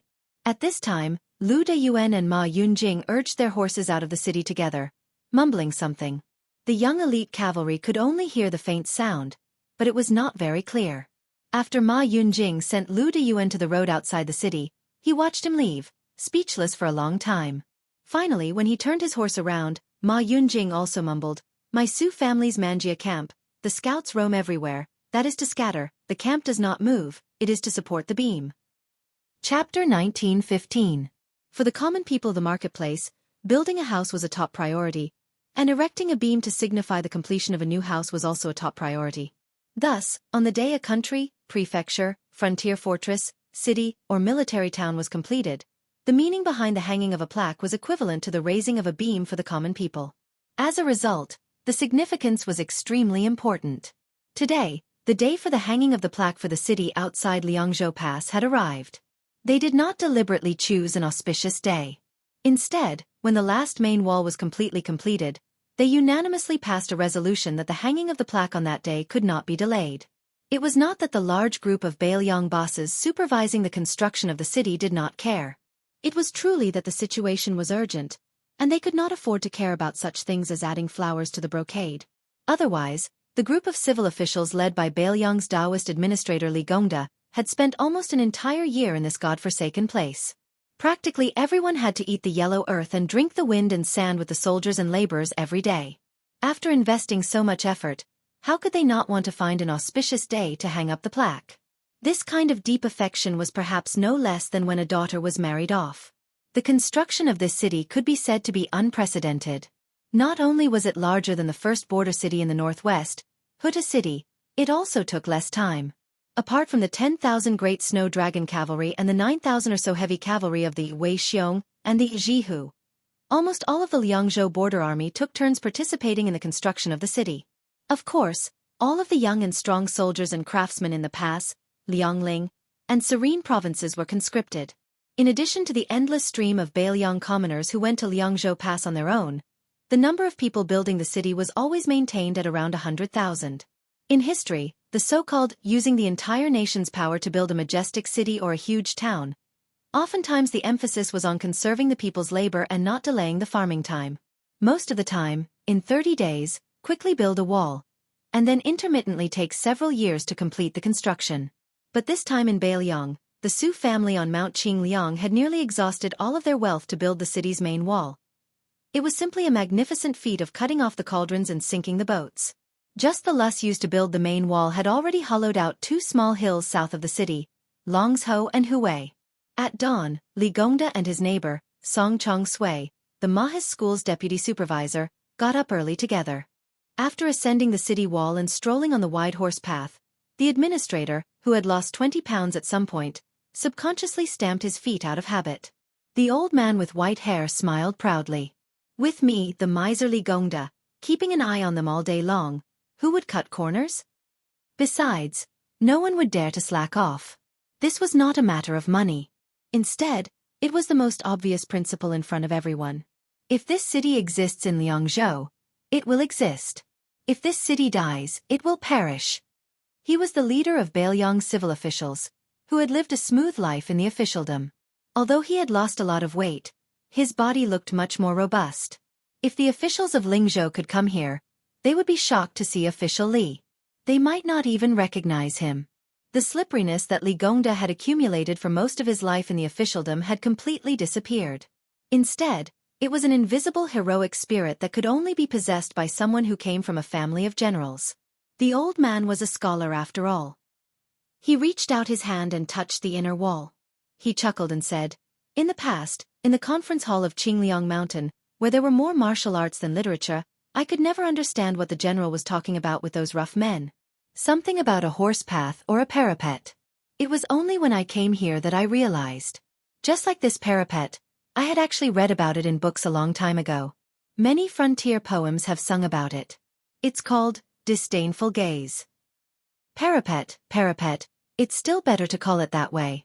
Every time I walk around the city, I will think about that little girl at home who makes people worry. In the past, it was that fellow from Hanlin Academy that made us feel helpless. Now that I think about it, it was the general who had foresight. He said that in the world when a father and a daughter raise a child, it would be easier to raise a son and more troublesome to raise a daughter." Song Chong Sui said in a deep voice, "Old Li, you also know that I am not the kind of person who likes to praise people. Your Hanlin Academy is really not bad. The battle on the Longyan Plains was beautifully fought. Bei Mang, Dongzhu's elite scouts, including Crow Palanzi, were all wiped out. This battle was really satisfying. Li Gongda, whose lips were chapped, twirled his beard and smiled. That's right. This kind of thing only feels comfortable when an outsider praises it. As a father, no matter how much I say, it always feels wrong. To tell the truth, old song, you really can keep your composure. I've been waiting for you to say these words for quite some time. It's been so stifling that I'm about to suffer internal injuries. Song Chongsui said helplessly. Before this, I was so busy that my head was in a mess. How could I have the slightest bit of energy to chat with you? Li Gongda sighed with emotion. That's true. I boast that I have quite a lot of experience as an official in this life. In short, I ponder all day long about other people. Although it can't be said that I don't do anything at all, to personally attend to everything like this is unimaginable. It feels like in just one short year, I have repaid all the practical experience that I, Li Gongda, owe in officialdom for a lifetime. Song Chongsui smiled knowingly. Li Gongda suddenly slapped heavily on the arrow pile and said loudly, if such a good city wall can't be defended, not only will they be killed by the Bei Mang barbarians, but they will also be scolded half to death by me.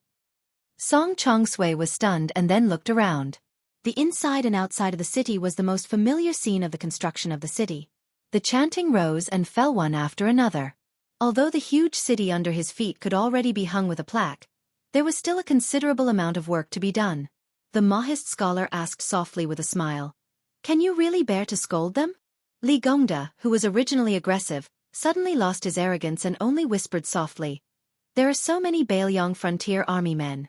I, Li Gongda, can bear to scold my son, but I can't bear to scold them. The newly appointed provincial governor of Liangzhou Bai Yu could go to Mount Wudong to meet friends and slack off. However, as the transport officer and deputy provincial governor of Bailiang Road, a certain someone could not rest for a moment. He traveled non-stop from Qingcang City in Liuzhou to Qingyuan Army Town at the western gate of Liangzhou until he lifted the curtain of the carriage and could see the outline of the magnificent city outside the pass.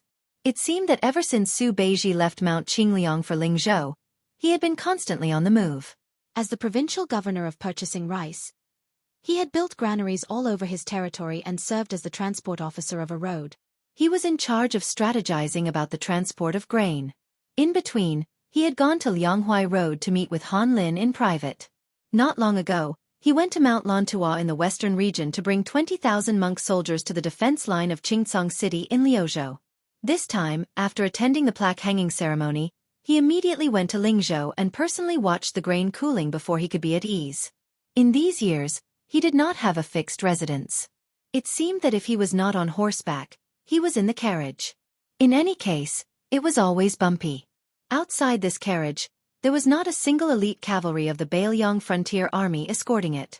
Logically speaking, with Su Beiji's high rank and his great importance to the upcoming Battle of Liangmang, even if they sent him 1,000 Bailiang cavalry as a retainer, it would not be an exaggeration.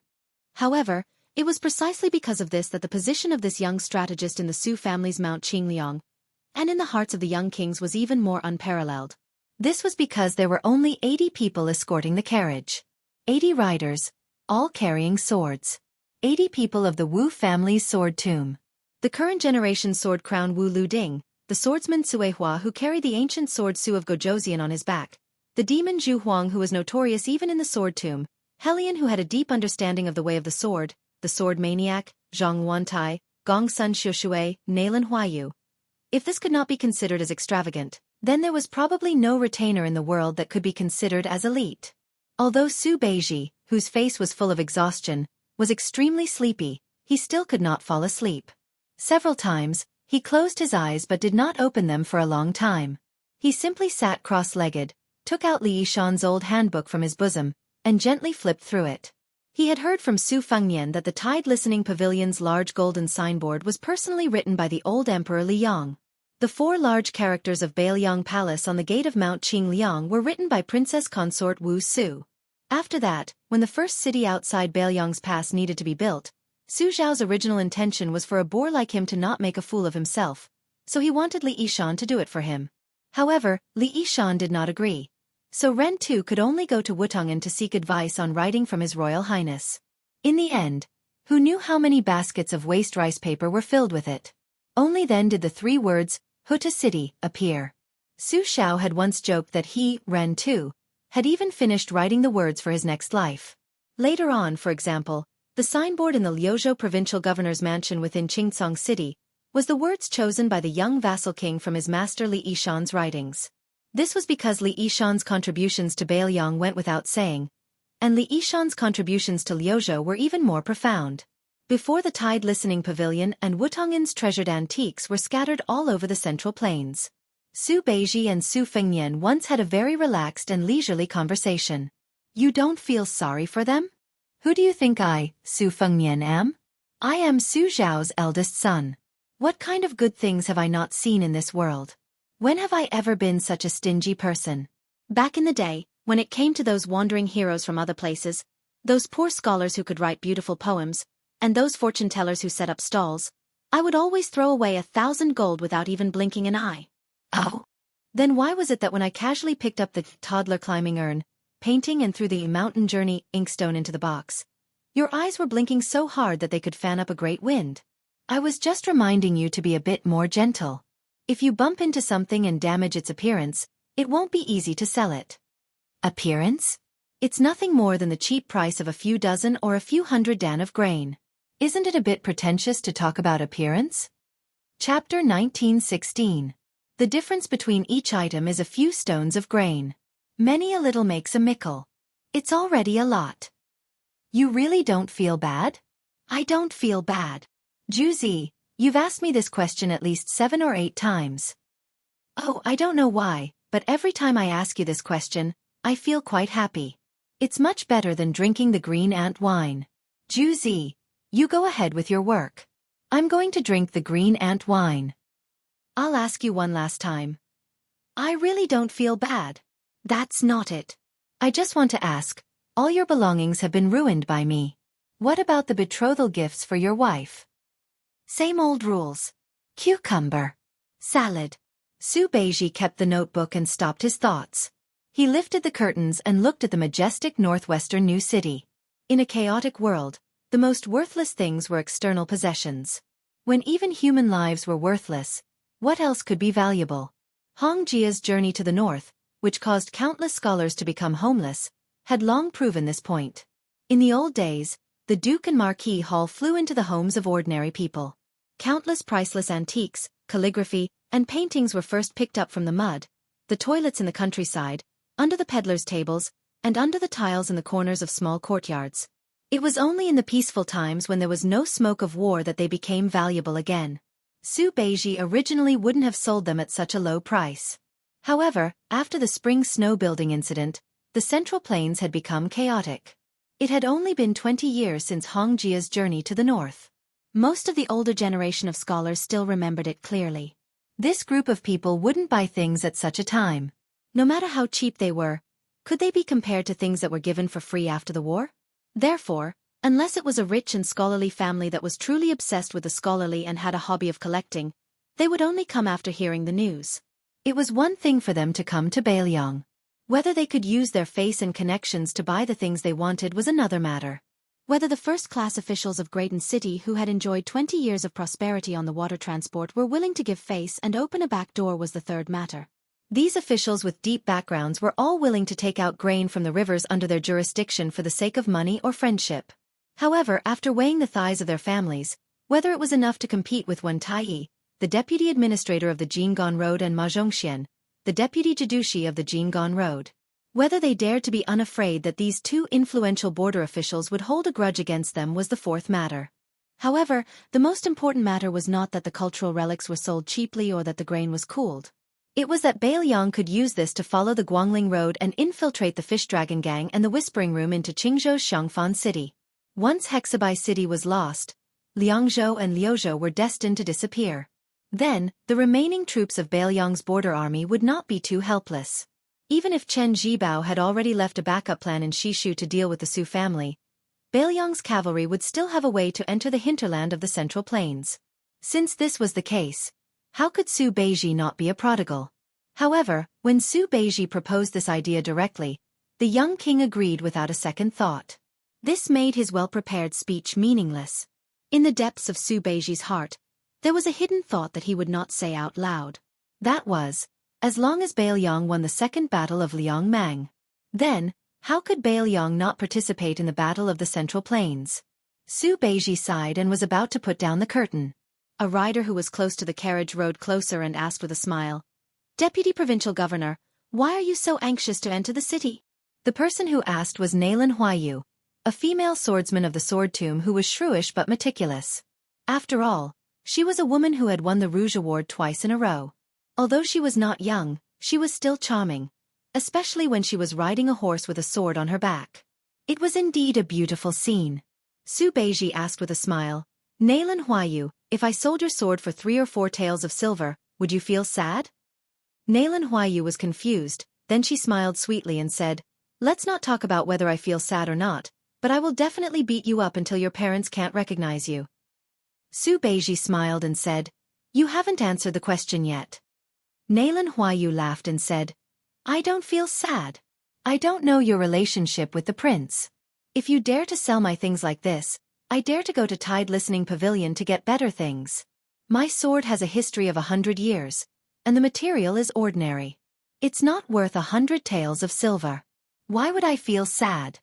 Su Beiji smiled and sighed inexplicably. "I feel sad." Nailan Huayu, who had always been unscrupulous, couldn't help but tease, "Sir Su, did your brain get damaged by the carriage?" Su Beiji suddenly smiled and said, "Nailan Huayu, do you want to know what someone said about you?" Nailan Huayu narrowed her eyes, like a cat whose tail had been stepped on. Of course, as one of the top swordsmen of the Wu family, she was more powerful than a tigress. Su Beiji lowered his voice and said, "It looks like you want to know. That person said that Nailan Huayu must be very tired."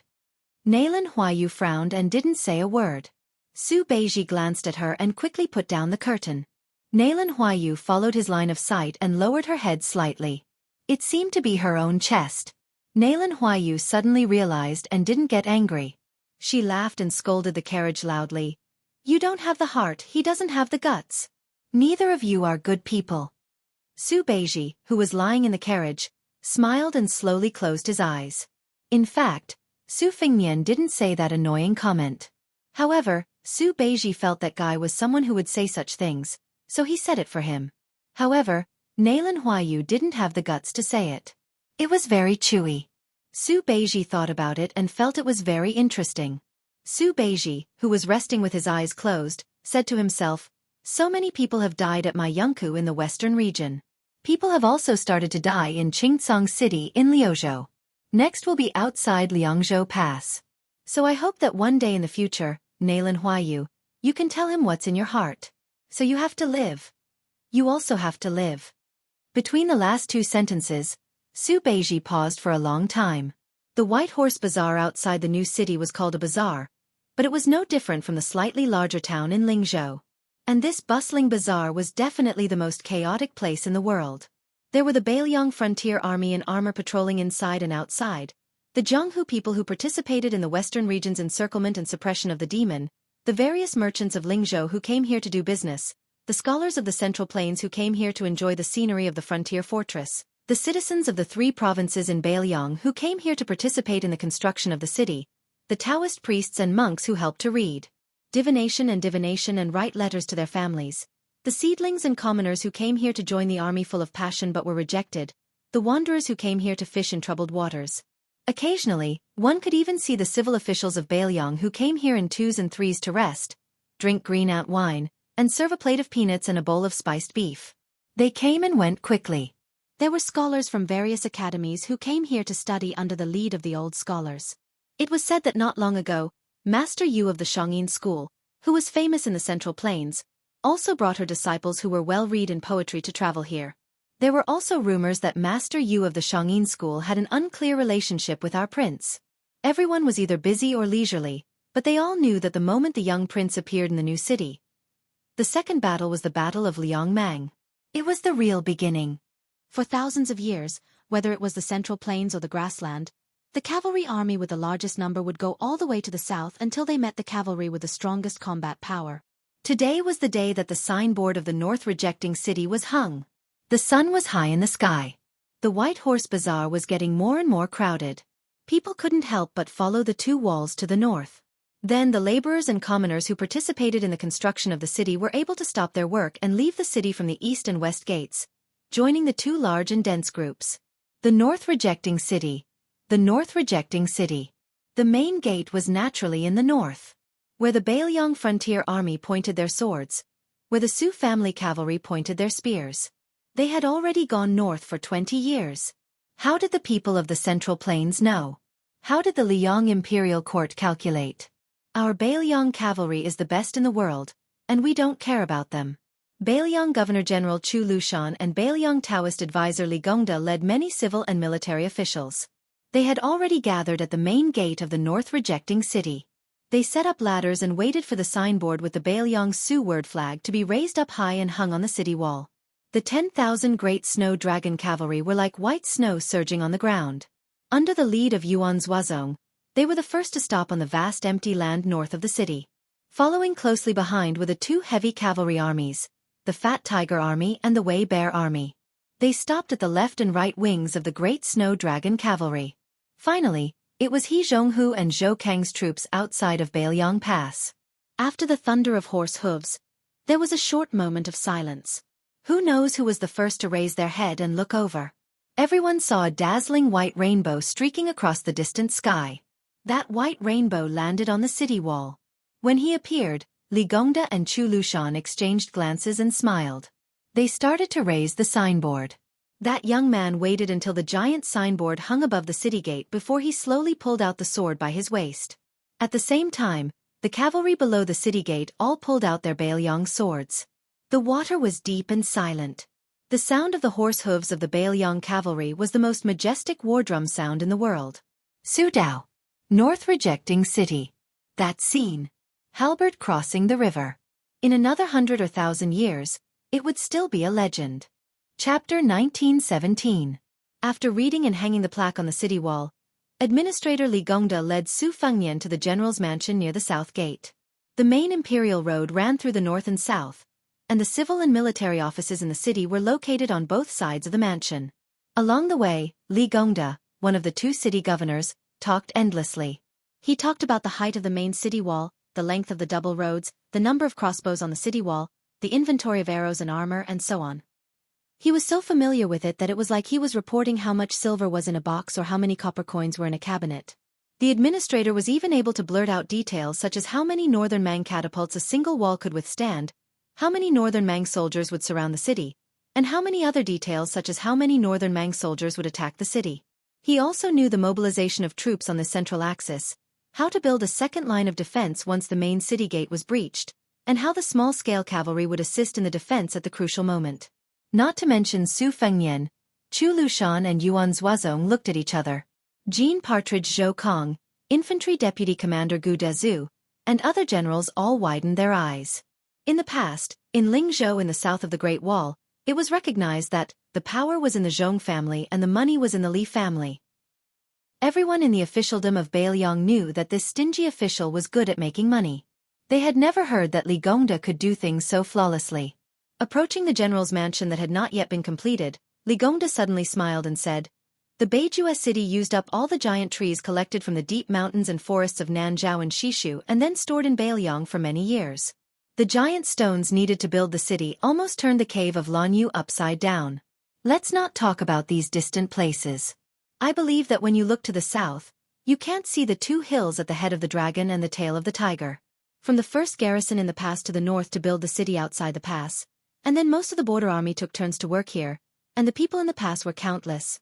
Speaking of this, the old man stopped talking and smiled. Li Gongda, a civil official who had an extremely bad reputation among the generals in Baelyong, was in high spirits at this moment. He was not the slightest shadow of the sycophantic official of the Sioux family in the conference hall of Mount Qingliang in the early years.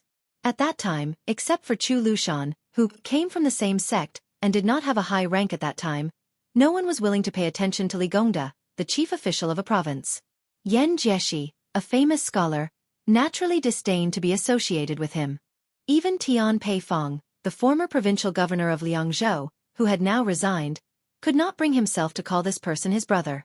At that time, when Bailiang was determined to build Bailiang City, everyone mistakenly thought that the young vassal king did not really intend to let Li Gongda preside over the overall situation. Instead, he wanted to send the administrator, who had turned the officialdom of Lingzhou into a mess, out of the pass and hide him from then on. First, it was a legitimate reason to demote him, and second, it was to pave the way for Su Beiji, Chen Shiliang, or Chang Sui, and other trusted subordinates. Little did they know that Li Gongda really had a firm foothold in Bailiang City. Song Zhongsui, Tian Peifong, and Wang Linquan, the deputy governors in charge of the three specific directions, followed the administrator's lead. They did not have any intention of overthrowing Li Gongda, and Li Gongda lived up to everyone's expectations and quickly got into his role. It had to be said that for a person who could become a civil official in Bailiang, when he was really practical, he was not careless and did everything himself. In the words of Li Gongda's private chat with Song Zhongsui, he was putting an end to the official career, living with the generals and craftsmen. He had experience in prospecting, tamping earth, materials, military manuals, stockpiling grain, and so on. Although he could not be called omniscient, he could not be considered an outsider. In the end, he could bow his head in command. Suddenly, Li Gongda continued craftily, "Your Highness, Mount Qingliang cannot skimp on all expenses for tonight's celebration banquet." The old infantry commander, Yan Wenluan, who had probably never chatted with Li Gongda in his entire life, spoke up for the first time. Official Li is not at all overboard in taking advantage of the situation this time.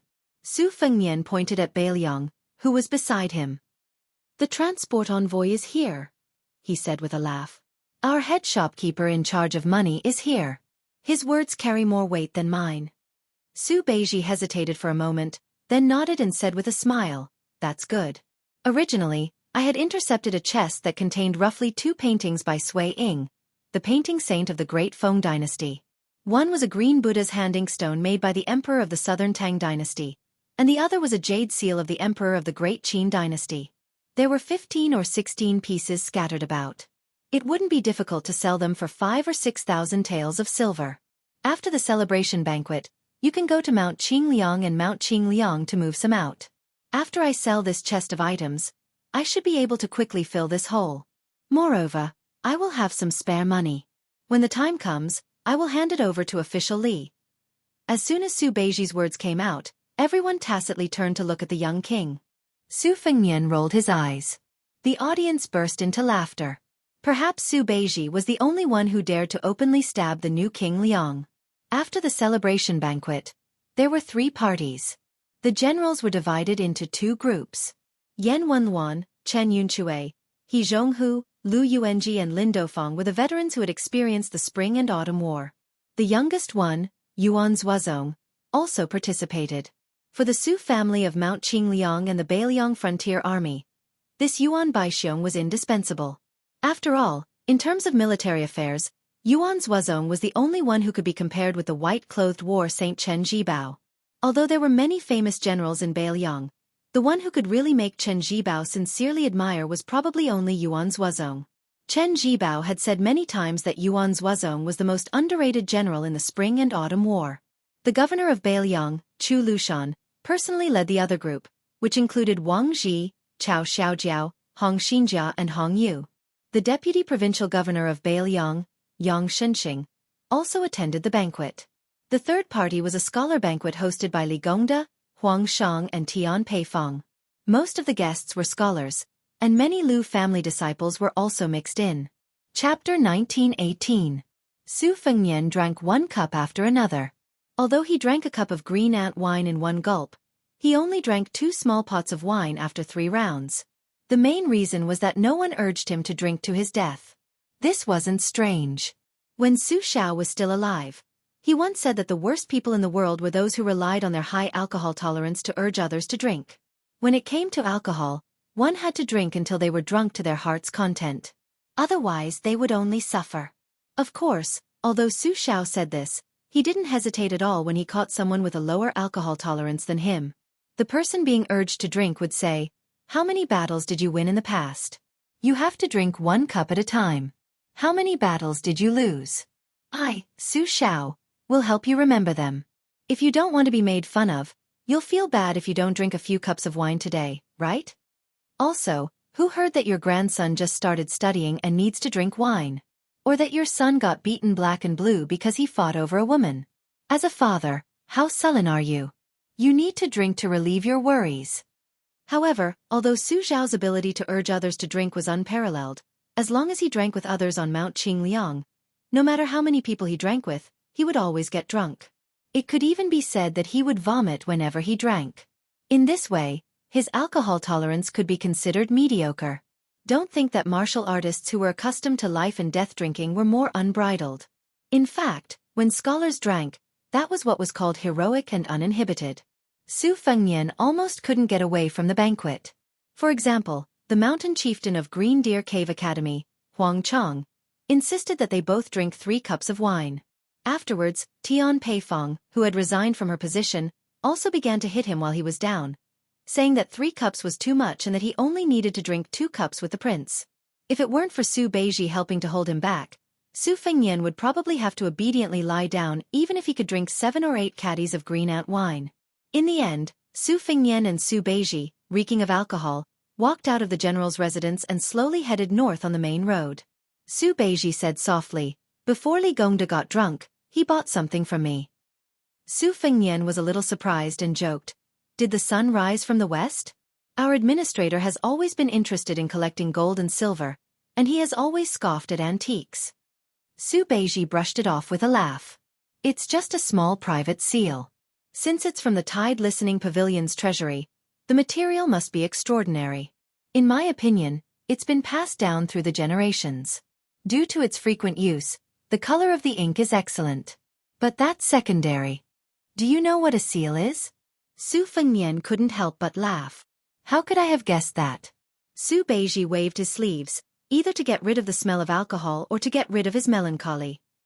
"It's the phrase, 'the heart of an official is like water,' which means to be incorruptible and self-disciplined, and to be as pure as water. I wouldn't have found it strange if Yan Jieshi hadn't left Bailiang all those years ago and had come to buy this small seal, or even if it was Tian Peifong, whose reputation can be considered decent. But Li Gongda coming to buy these words, isn't that a bit comical?" Su Fengnian frowned. Su Beiji asked with a smile, "Then guess again, how much silver did Li Gongda spend to buy these words?" Su Fengnian suddenly understood. For this celebration banquet, it's not convenient for Li Gongda to openly pay out of his own pocket. Otherwise, he would be suspected of overstepping his authority and meddling in other people's affairs. So he used this method to help our Mount Qingliang advance the money? Su Beiji extended 2 fingers and waved them around. Su Fengnian couldn't help but laugh. 20,000 silver? In the early years, the only hero in the world who could dig out silver from Li Gongda's hands was that fellow Li Hanlin. Back then, Li Hanlin was the one who paid for all the women and wine. It's just that every time he came home, he couldn't avoid his father's grumbling. Su Beiji shook his head and laughed. 200 silver. Su Fengnian was stunned. 200 silver taels? This Uncle Li. Su Fengnian laughed heartily. This was also the first time he had called Li Gongda Uncle Li. In the end, Su Xiao and Su Fengnian of Bailiang's Su family shared a deep relationship with Li Gongda and Li Hanlin of the Li family. To put it bluntly, back then, when Yan Jieshi betrayed Bailiang, Su Xiao's original intention was to make things difficult for him a bit. He wouldn't go too far, but he definitely wouldn't let Yan Jieshi leave so easily. On the other hand, there had been news from Liang Imperial Court a long time ago that the old Grand Secretary Zhang Julu had once intended for this person to be the Assistant Minister of the Ministry of Revenue, in charge of Guangling Dao and Gangnam-do's tax collection. It had to be known that at the time, Li Gongda was only the provincial governor of a province. Although his rank and salary were the same as that of an assistant minister, Liang's officials had always been 1 rank higher, let alone an assistant minister with real power who was right in front of the emperor. Therefore, the departure of the scholarly Yan Jieshi was only a pleasant surprise for Liang. On the contrary, it was Li Gongda who stayed that was inconceivable. As for the friendship between Su Fengnian and Li Hanlin, who had played together since childhood, there was even less to say. Su Beiji laughed, squeezing out a word from between his teeth. "What?" Su Fengnian thought he had misheard. "What?" Su Beiji exhaled softly, sighing with emotion. It's 2 million taels of silver. Su Beiji continued. At the time, Li Gongda told me that he had diligently accumulated this large family business his entire life. Originally, he wanted to let his son, Li Hanlin, live a carefree life. It's just that he doesn't need it anymore. Su Beiji turned to look at Su Fengnian. He raised his arm, clenched his fist, and patted his chest. Previously, the old man patted his chest and told me just like that. He said that I, Li Gongda's son, Li Hanlin, the dignified officer of Bailiang's White Horse Crossbowmen. What does he need his father's money for? Su Beiji stopped in his tracks and turned to look at the mansion. He repeated the old man's last words. I, Li Gongda, can be looked down upon by anyone in this lifetime, but I will never be looked down upon by my son. Su Fengnian rubbed his cheeks with both hands and asked softly, Juzi, do you think I should withdraw Li Hanlin from Liuzhou? Su Beiji suddenly said angrily, Bullshit. Su Fengnian laughed, raising his head to look in the direction of Liuzhou to the west. Li Hanlin will definitely say the same thing. To the north of Qingcang City in Liuzhou, Ko Jianghuai and Su Longxiang had already begun their second frontal assault against Huang Songpu's army. Of the 1,200 Liangzhou's White Horse Crossbowmen who had rushed to Liuzhou, only half remained. Officer Li Hanlin only had 600 soldiers remaining. Chapter 1919. Autumn was high, the horses were fat, and the water plants were lush. However, the further south one went from Beimang to Gusai Prefecture. The scenery became desolate and boring. It was full of yellow sand. No wonder it was Bailiang. It was so cold and barren that even the wild horses, which were considered the closest to camels, were not used to it. However, it was rumored that the ranches in the Liangzhou Pass's Tulong region were a treasured land that produced the world's #1 horses. Because it just happened to have the word Long in it, all of the civil and military officials of the northern Mang and the southern dynasties coveted it, viewing it as an exclusive property that was already in their pockets. The few great figures who could speak loudly in the western capital's imperial court had already eagerly announced that they were willing to use the heads of Yang Guangdou, Chen Shiliang, Ko Jianghuai, and the others that were worth more than the nobles' heads in exchange for the ownership of several ranches over there, such as the world-shaking Shenli ranches and Tianjing ranches. However, this expedition to the south was not going well. Not long ago, Shijing heard a piece of good news. It was said that the eldest grandson of the Zhong family, who had been promoted to Xiajia because of his military exploits, had successfully convinced the bald donkeys in Mount Lantua to submit to Beimang. However, when the army had just stepped into the desolate Liuzhou border, bad news immediately came. First, a group of Bailiang light cavalry appeared out of nowhere and drove straight into Liuzhou from the border of Liuzhou. They bypassed a series of heavily guarded military towns such as the Gentleman's Pavilion and headed straight for Shijing, which shocked the imperial court. Then, 10,000 of Zhong Tan's elite cavalry were blocked at the entrance of Mount Miyun. No one knew whether Zhong Tan was alive or dead. General Zhong Shantong, who was in charge of the second front of the middle line, quickly submitted a letter of apology to the King of Biting. His Majesty was not at all courteous to the Zhong family. He directly issued a transfer order to the middle line, ordering Zhong Shintong's younger brother, who was also Xiajia's uncle, Zhong Liang, to lead 8,000 elite cavalry and rush to Gusai province to intercept the Bailiang cavalry that had penetrated deep into the hinterland. Nominally, they were under the command of Commander-in-Chief Zhong Shentong. It was obvious that they were saying that the good situation in Liuzhou had been ruined by the Zhong family's descendants, so they should pay off the debt with the lives of 8,000 Zhong family members. If they could stop them, they would let bygones be bygones. If they could not stop them, then they would continue to use the Zhong family to fill in the debt. If Zhong Liang was still not capable enough, then it would be Zhong Shintong's turn to personally take action. There would be no need for him to get involved in the battle outside Liangzhou Pass, and he would obediently go to Gusai province to clean up the mess. After Hong Jingyan died inexplicably on the Longyan plains, the tens of thousands of Ruran cavalry were leaderless, and in the blink of an eye, they were carved up by the various major factions on the front lines. The major factions of the northern grasslands, who had suffered losses in the first battle of Liangmang, had more or less begun to make their own calculations. After the fall of General Zhong Shintong, how many veteran soldiers of the Zhong family would they be able to get their hands on? On the grasslands, everyone felt awkward when they learned from those scholars of the southern dynasty, who were fond of romance, sitting down and discussing the Tao. However, everyone was familiar with sharing the spoils. The army of Beimang on the western front pushed southward step by step. Their speed was not fast. 10 days ago, this army was suddenly attacked by 10,000 Baelyong Dragon Elephant Cavalry. In just 1 hour, the 6,000 vanguard cavalry under Huang Songpu's command were left on the battlefield. From the close combat to the conclusion of the battle, and then to the careless collection of the corpses, many of the nobles of Longguan who had their ambitions in Liangzhou still felt that they had not recovered from the shock. In fact, it could not be said that there were no signs. After the army crossed the border from Gusai Prefecture of the Southern Dynasty into the territory of Liuzhou, their own horse railings had clashed head-on with the Baelyong scouts. Soon, the generals of Baimang who had learned the truth were all stomping their feet and cursing their mothers. Of all things, it was the white horse crossbowmen outside Liangzhou Pass who had come here to cause trouble. Although they had already broken camp and moved southward away from the court, whether it was General Huang Songpu or the generals of Longguan who controlled the elite cavalry of the Southern Dynasty, they had no choice but to pay attention to what was happening in their own backyard. They did not want Huta town to see the figure of a Baelyong crossbowman. This was the emperor's personal decree in the Western Imperial Court. What was the result? Fatty Dong's crow railings were all dead. General Lu Gui's black fox railings were also all dead.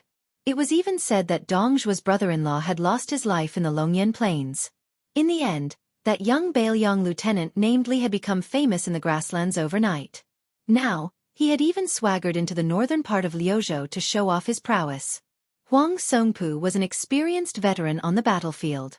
Therefore, when the intelligence reports of the casualties of the horse railings kept coming into his tent, he had already begun to shrink the front line and slow down the speed of advancing southward. Obviously, he did not want to make any mistakes. The backbone of this army was the old king of the southern courtyard, Huang Songpu, who was used to being lawless in the southern dynasty of Baimang. It was very obvious that the main force of this army was the direct descendants of the Jia and Yi families of Longguan. Although Huang Songpu still carried the title of one of the 13 great generals of Baimang, the title of king of the southern courtyard had long been taken off. He was also an old man who had once retired. In the end, the troops that could barely be considered Huang Songpu's direct descendants numbered only 30,000. Compared to Lu Gui, who had been banished to the battlefield of Yuzhou, they were even inferior. To tell the truth, in the first battle of Liangmang, Fatty Dong had personally presided over the situation on the central front, and victory was assured. They had even taken down Huta City, and the corpse of Baelyong's great general Lu Jinu had been sent back to the southern dynasty in a coffin. The situation was very good. On the other hand, the battlefield of Liuzhou, where Lu Gui presided, was at least evenly matched. Although the losses were not small, even the deputy general of the Longxiang army, Wang Lingbao, had died in battle. It was a pity that the Yuzhou side was too much of a burden. Perhaps it was because Yang Yuanzhan was really too old that his army had been completely wiped out.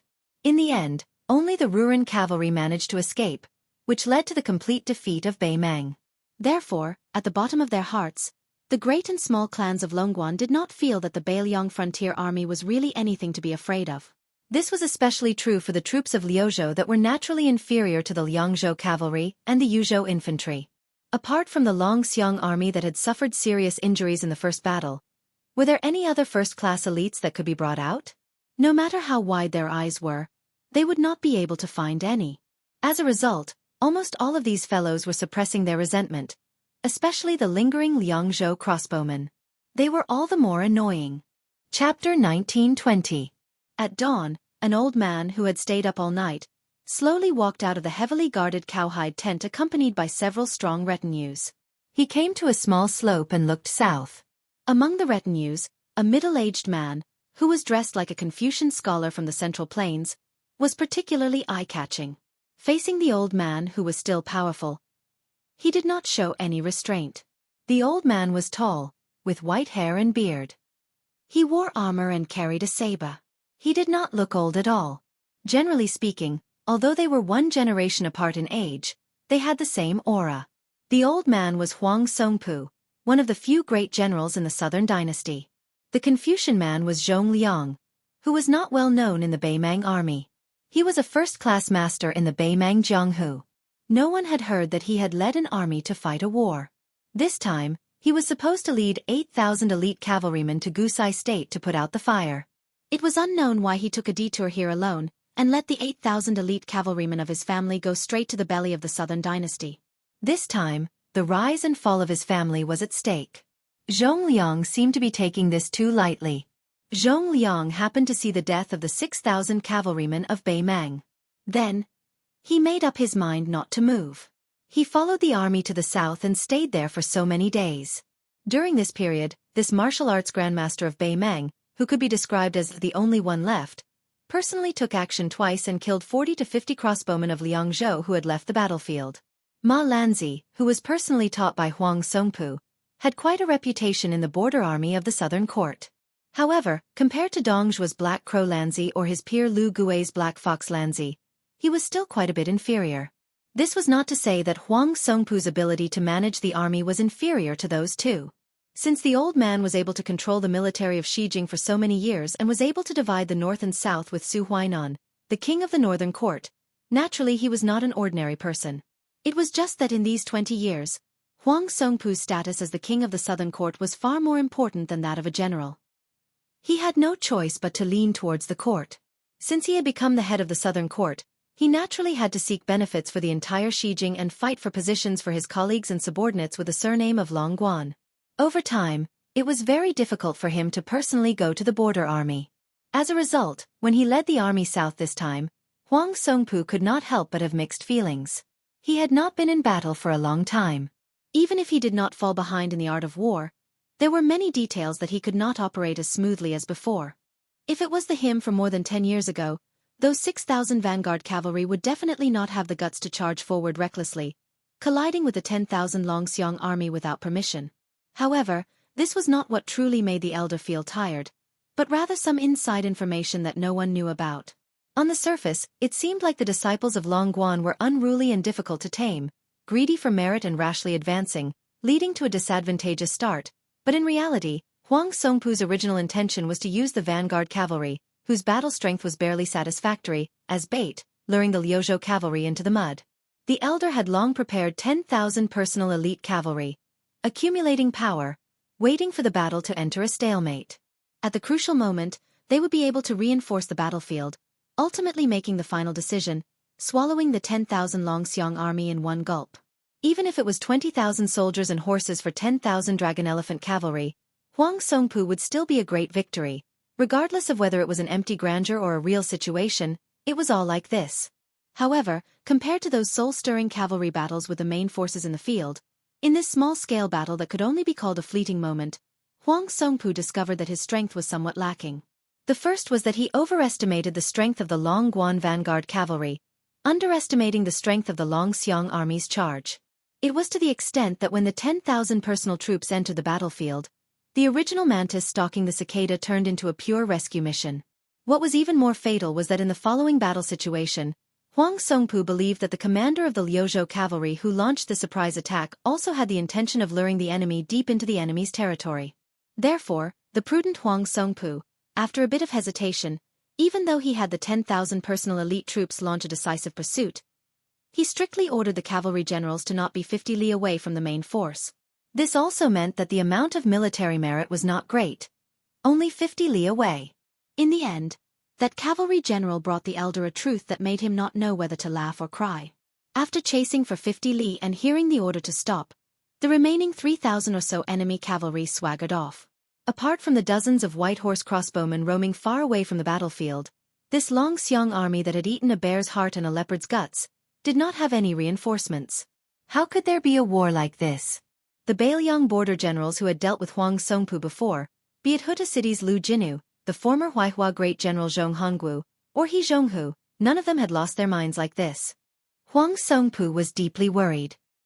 He raised his eyes and gazed into the distance, frowning without saying anything. The Beimang great demon general Zhong Liang, dressed in a scholarly robe, glanced at the old general's expression and laughed.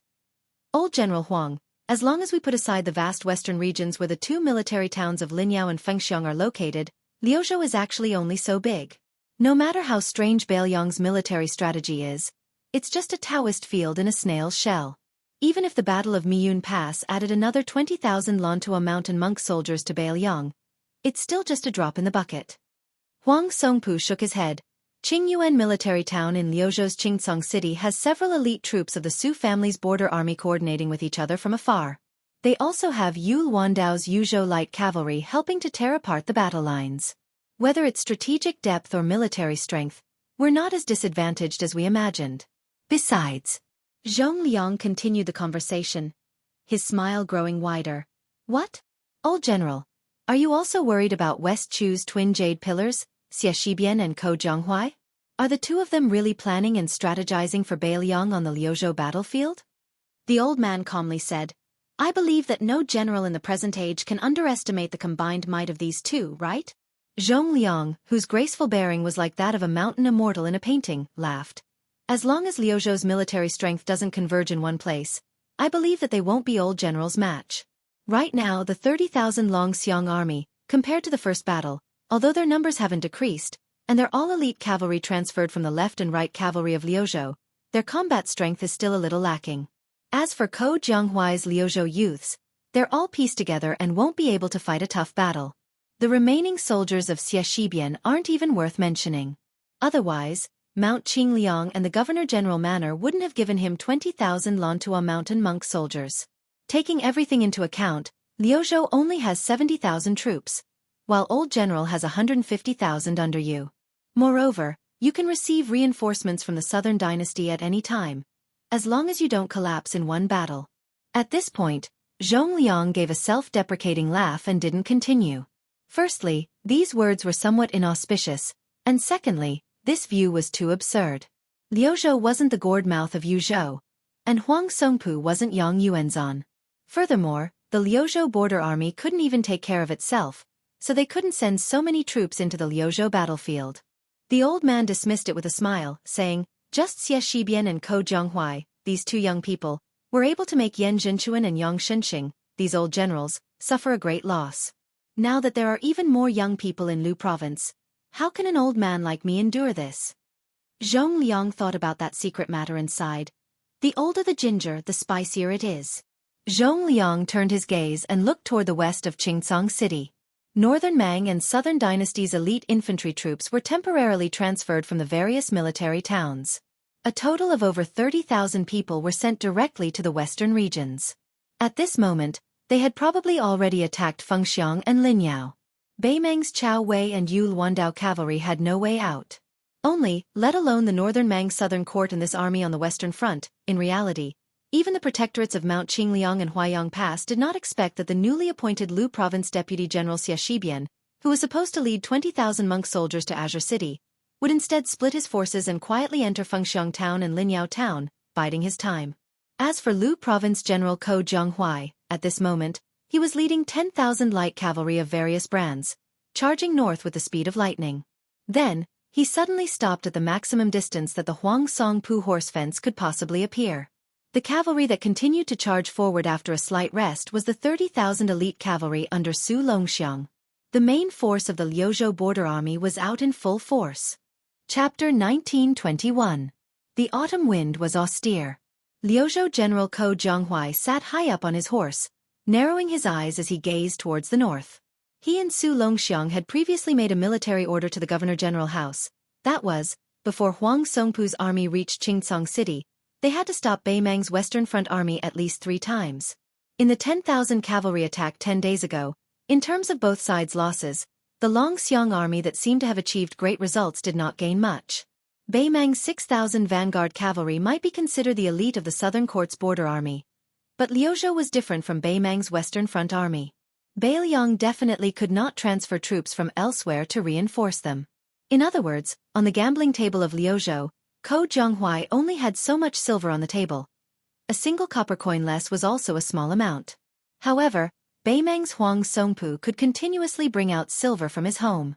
With enough capital, he could completely gamble a little for fun. As long as he won once, everything would be complete. That was why Ko Jianghuai's previous probing definitely had a deeper meaning, which was to make Huang Songpu, this Beimang veteran, feel even more tense. Then, he would straightforwardly and cleanly make a big gamble, gambling on Huang Songpu's slackness.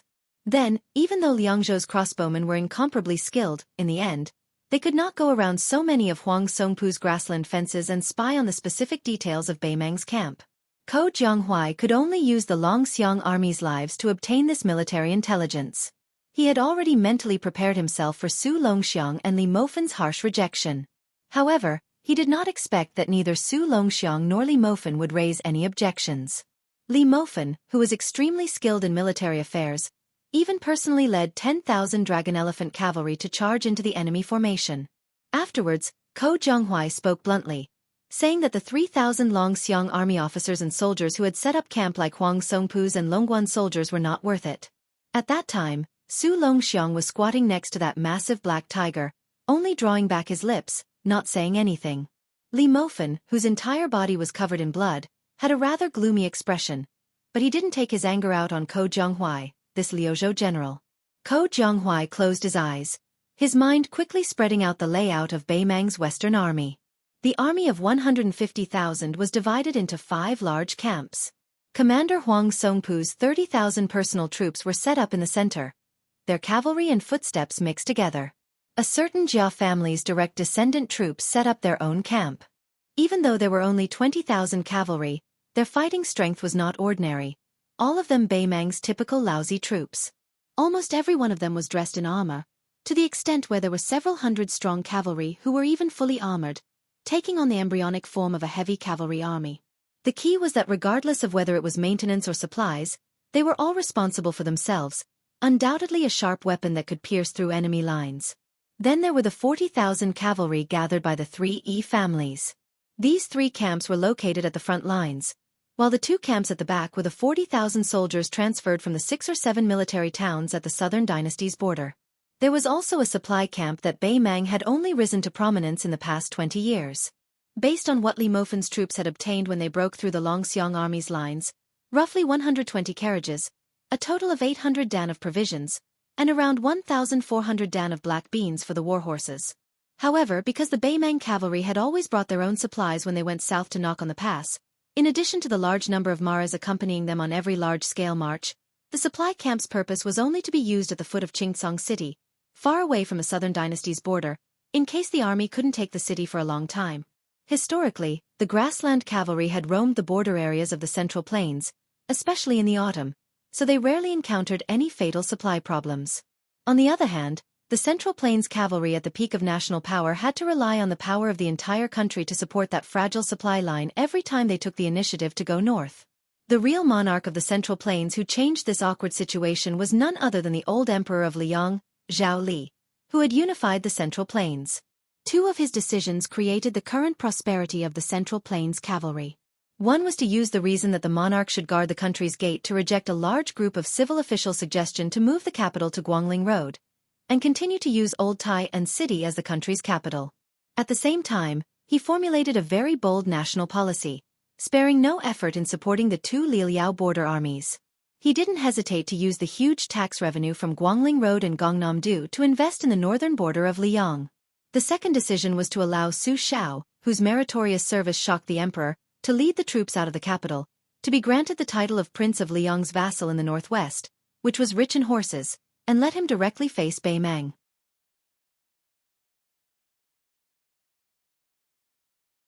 Chapter 1922. Ko Jianghuai had spent so much effort on a single premise. Even if the Beiliang cavalry faced the Beimang cavalry, they dared to fight, and could win. Ko Jianghuai opened his eyes abruptly and sneered. Ever since Dafeng began its decline, your grassland cavalry has been knocking on the northern pass and bullying the Central Plains for more than 400 years. You see the big city passes as nothing and come and go as the wind. The 10,000 cavalry behind Ko Jianghuai started to push forwards, not too fast nor too slow. These 10,000 cavalry were really weird, and their aura was really majestic. Within Northern Mang's Central Army's commander tent, Huang Songpu stood in his armor with his hand on his blade, his expression calm and composed. He looked towards the dozen or so captains of great ages within the tent. There were trusted subordinates that he personally fostered, as well as those who spoke for Southern Dynasty's Longguan influential families, as well as young and robust generals who relied on their simple backgrounds to climb up to their current high positions. Huang Songpu said solemnly, "This time the 30,000 Longxiang army has appeared. They probably know that they can't defend Qingcang City, but they aren't willing to expose Qingyuan Army Town at the west gate of Liangzhou to us. Hence, they want to go all in, saving a lot of trouble. All of you have been through hundreds of battles, so there's no need for me to nag about such small matters. Just remember that we have an absolute advantage in numbers, so we have to make use of it. Apart from the supply camp at the back, the other 4 camps must not stretch too far. We have to support one another, and we must not take risks. For this trip to Liuzhou, the peace decree gave us 4 words. A small loss is a victory. Huang Songpu looked at the people and then cupped his fists towards the north. Everyone! I, Huang Songpu, am close to 70 years old. Back then, even the king of the South Courtyard left. If it weren't for the war going badly, I wouldn't be here today. I have nothing more to ask for in my life. However, out of all of you, the oldest one is not more than 50, and the highest official rank is only primary grade 3. After taking down Liuzhou, no matter how you reward me, I, Huang Songpu, will give you the title of Great General. Everyone in the tent was instantly pumped up. In the Central Plains, an emergency mobilization of more than 100,000 soldiers was definitely not something that could be deployed in a short period of time. However, the Beimang cavalry was different. When the generals hurriedly returned to their camps, loud bugles sounded from all 4 camps. However, because the appearance of the 30,000 Lu province elite cavalry was too unimaginable, and the speed of their advance was too fast, the 3 battalions at the front were still slightly behind, and to a certain extent, they had lost the initiative. When the cavalry charged, the enormous penetrative force brought about by the weight and speed of the war horses, as well as the terrifying penetrative force brought about by the sabers and iron spears in the hands of the cavalry, all required a considerable distance to charge up. Furthermore, when both sides had enough time to launch a charge, if one side could coincidentally launch a collision at the peak of their momentum, and the other side only needed to use too much force to show signs of exhaustion, the latter would suffer a great loss. The difference in strength between the battalions could be seen at a glance.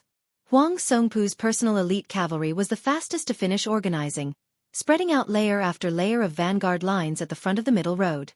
Long passes Jia clan's direct line of soldiers followed closely behind, but the hundreds of elite cavalry equipped with heavy cavalry did not show themselves. The cavalry gathered by the Yi clan of the southern dynasty were all in a mess. Although they were not afraid of battle, with the great battle imminent, this kind of chaotic mental state could easily affect the pace of the war horses. The reason why a cavalry was a cavalry. The war horses were extremely important. The previous Beiliang Protector General Chen Zhibao had always ridiculed the Beimang cavalry with their lax military discipline as infantry on horseback. And in Beiliang, every warhorse, every saber, every spear seemed to be infused with the old rules that the butcher Su Shao had accumulated his entire life on the battlefield. On the battlefield, no matter how many merits a general had, no matter how deep his seniority was, no one was allowed to use a halberd or horse lance, no one was allowed to wear gold or silver armor, and no one was allowed to stand alone in front of the vanguard. The vast land of yellow sand that stretched as far as the eye could see. The Beiliang cavalry was like a huge wave of the Guangling River, surging forward. Huang Songpu, who had already mounted his horse, looked into the distance. He gripped the iron spear in his hand tightly and let out a sigh of relief. Luckily, there were still 400 grass barricades scattered around the perimeter. Otherwise, if the Liuzhou cavalry were to silently advance another 3 li, they would not have the chance to get out of the camp so easily. Perhaps there would be thousands of casualties. Huang Songpu turned his head and glanced. The current situation was still acceptable. Although it was still a little rushed, especially since his right-wing cavalry could not keep up with the center and left wing. However, the Beiliang cavalry had always had a tradition. 30,000 cavalry formed an army.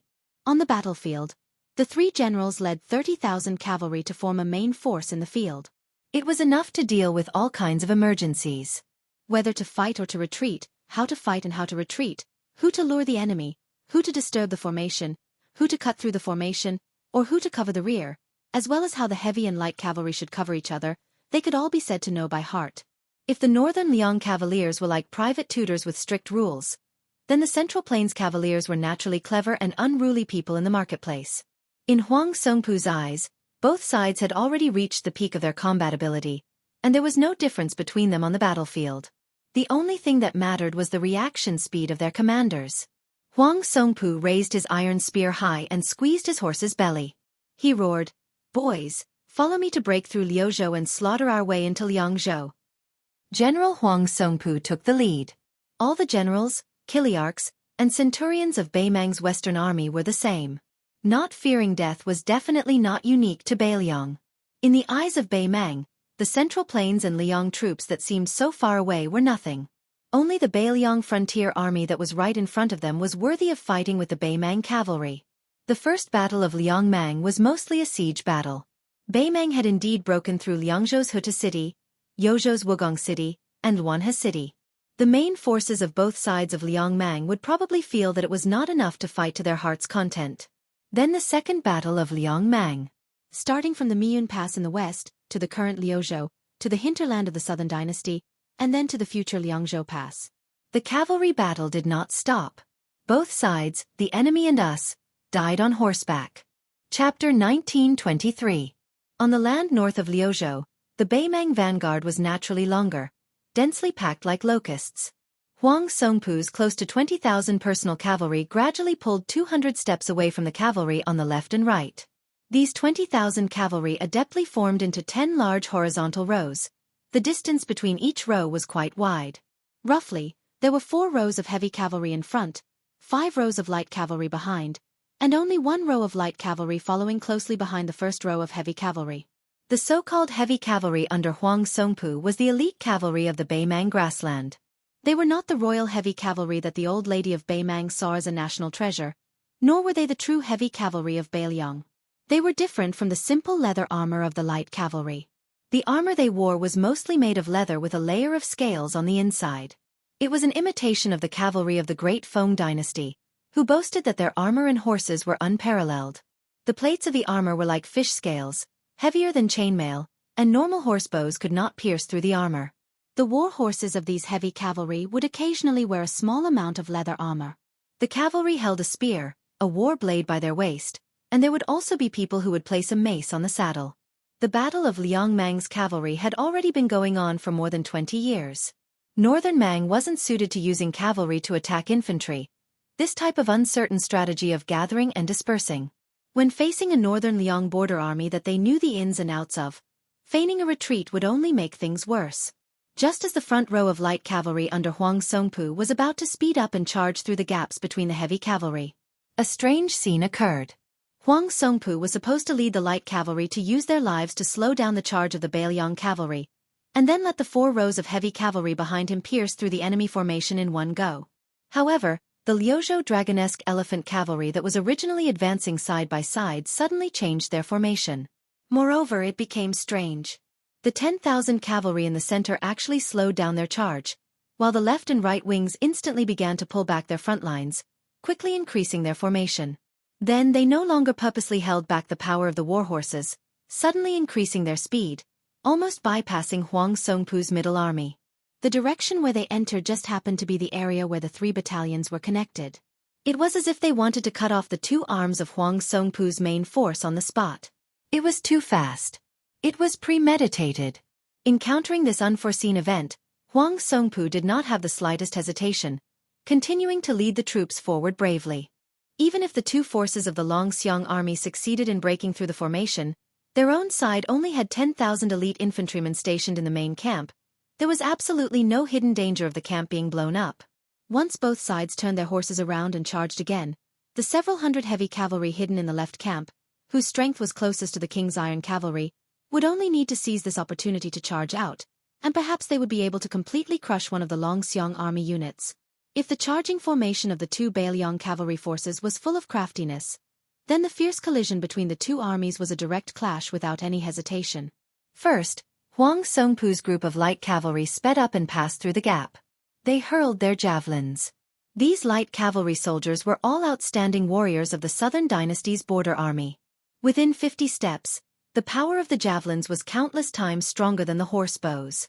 Almost immediately, the 300 Longxiang army riders fell off their horses and died on the spot. However, the first row of the Bailiang cavalry continued to advance side by side. Everyone's face was cold, and they were afraid of dying first. No matter what the other armies in the world were like, this principle had been passed down by the Su family soldiers from the spring and autumn period of the Central Plains all the way to the northwest frontier fortress. It had been passed down for a full 40 years. After throwing the javelins, the Baimang light cavalry either pulled out their blades or threw their lassos.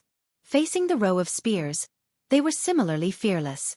Fighting for life and death with the Bailiang frontier army, how to survive, the Baimang Southern Dynasty border army had also experienced a full 20 years. With just a brush of the shoulder, close to 1,000 Baimang light cavalry soldiers were killed on the backs of their horses with a single spear strike. Those light cavalry soldiers still had to face the iron spears of the Longxiang army behind them. It was destined to be a tragic ending with less than 1 in 10 surviving. This was the true meaning of cavalry clashing. There were no horse bows shooting at each other, and no fancy moves. Because of the resolute sacrifice of this row of light cavalry, the first clash of spears between the Liangmang side gave Huang Songpu's heavy cavalry an innate advantage. Huang Songpu and the close to 100 personal retainers by his side all knocked the enemy off their horses with a single spear strike without any suspense. When cavalry clashed, those who fell off their horses would undoubtedly die. This was the iron law of the border pass. When cavalry charged, the iron spear formation was extremely taboo to pierce through the enemy's body. Even if one could quickly pull it out, it would still delay the opportunity. On the line of life and death, there was no room for any carelessness. Moreover, the two armies chiseled at each other, not just one row of vanguards. Otherwise, where did the word chisel come from? At the same time, one needed to gather as much energy as possible to ensure one's survival in the end. The cavalry army under Great General Huang Songpu's direct command was, after all, one of the top elites in the Southern Dynasty border army. Apart from the first row of light cavalry suffering heavy casualties, the following 3 rows of heavy cavalry were only at a slight disadvantage in the exchange of casualties with the Liuzhou Longxiang army. Without a sound, the last row of heavy cavalry was at the very back. The 4 rows of light cavalry passed by the vanguard and quickly advanced. Because Huang Songpu knew that on the battlefield, the last breath could not be lost. Among the 10,000 Dragon Elephant army on the left wing, a middle-aged general with a scholarly appearance acted as the leader and brazenly opened the formation. The cavalry at the front of this kind of formation were all vanguard battalion daredevils, and would die the earliest and fastest. The Baimang West Front army was not unfamiliar with this person. After the battle 10 days ago, they hated him even more. Probably in the entire Bailiang frontier army, only this person could be so unique. He held an iron spear in his hand, a sword hanging from his waist, and halberd pouches hanging from both sides of the saddle. It was the valiant and good at fighting in the Bailiang frontier army, the deputy general of the Longxiang army, Li Mofen,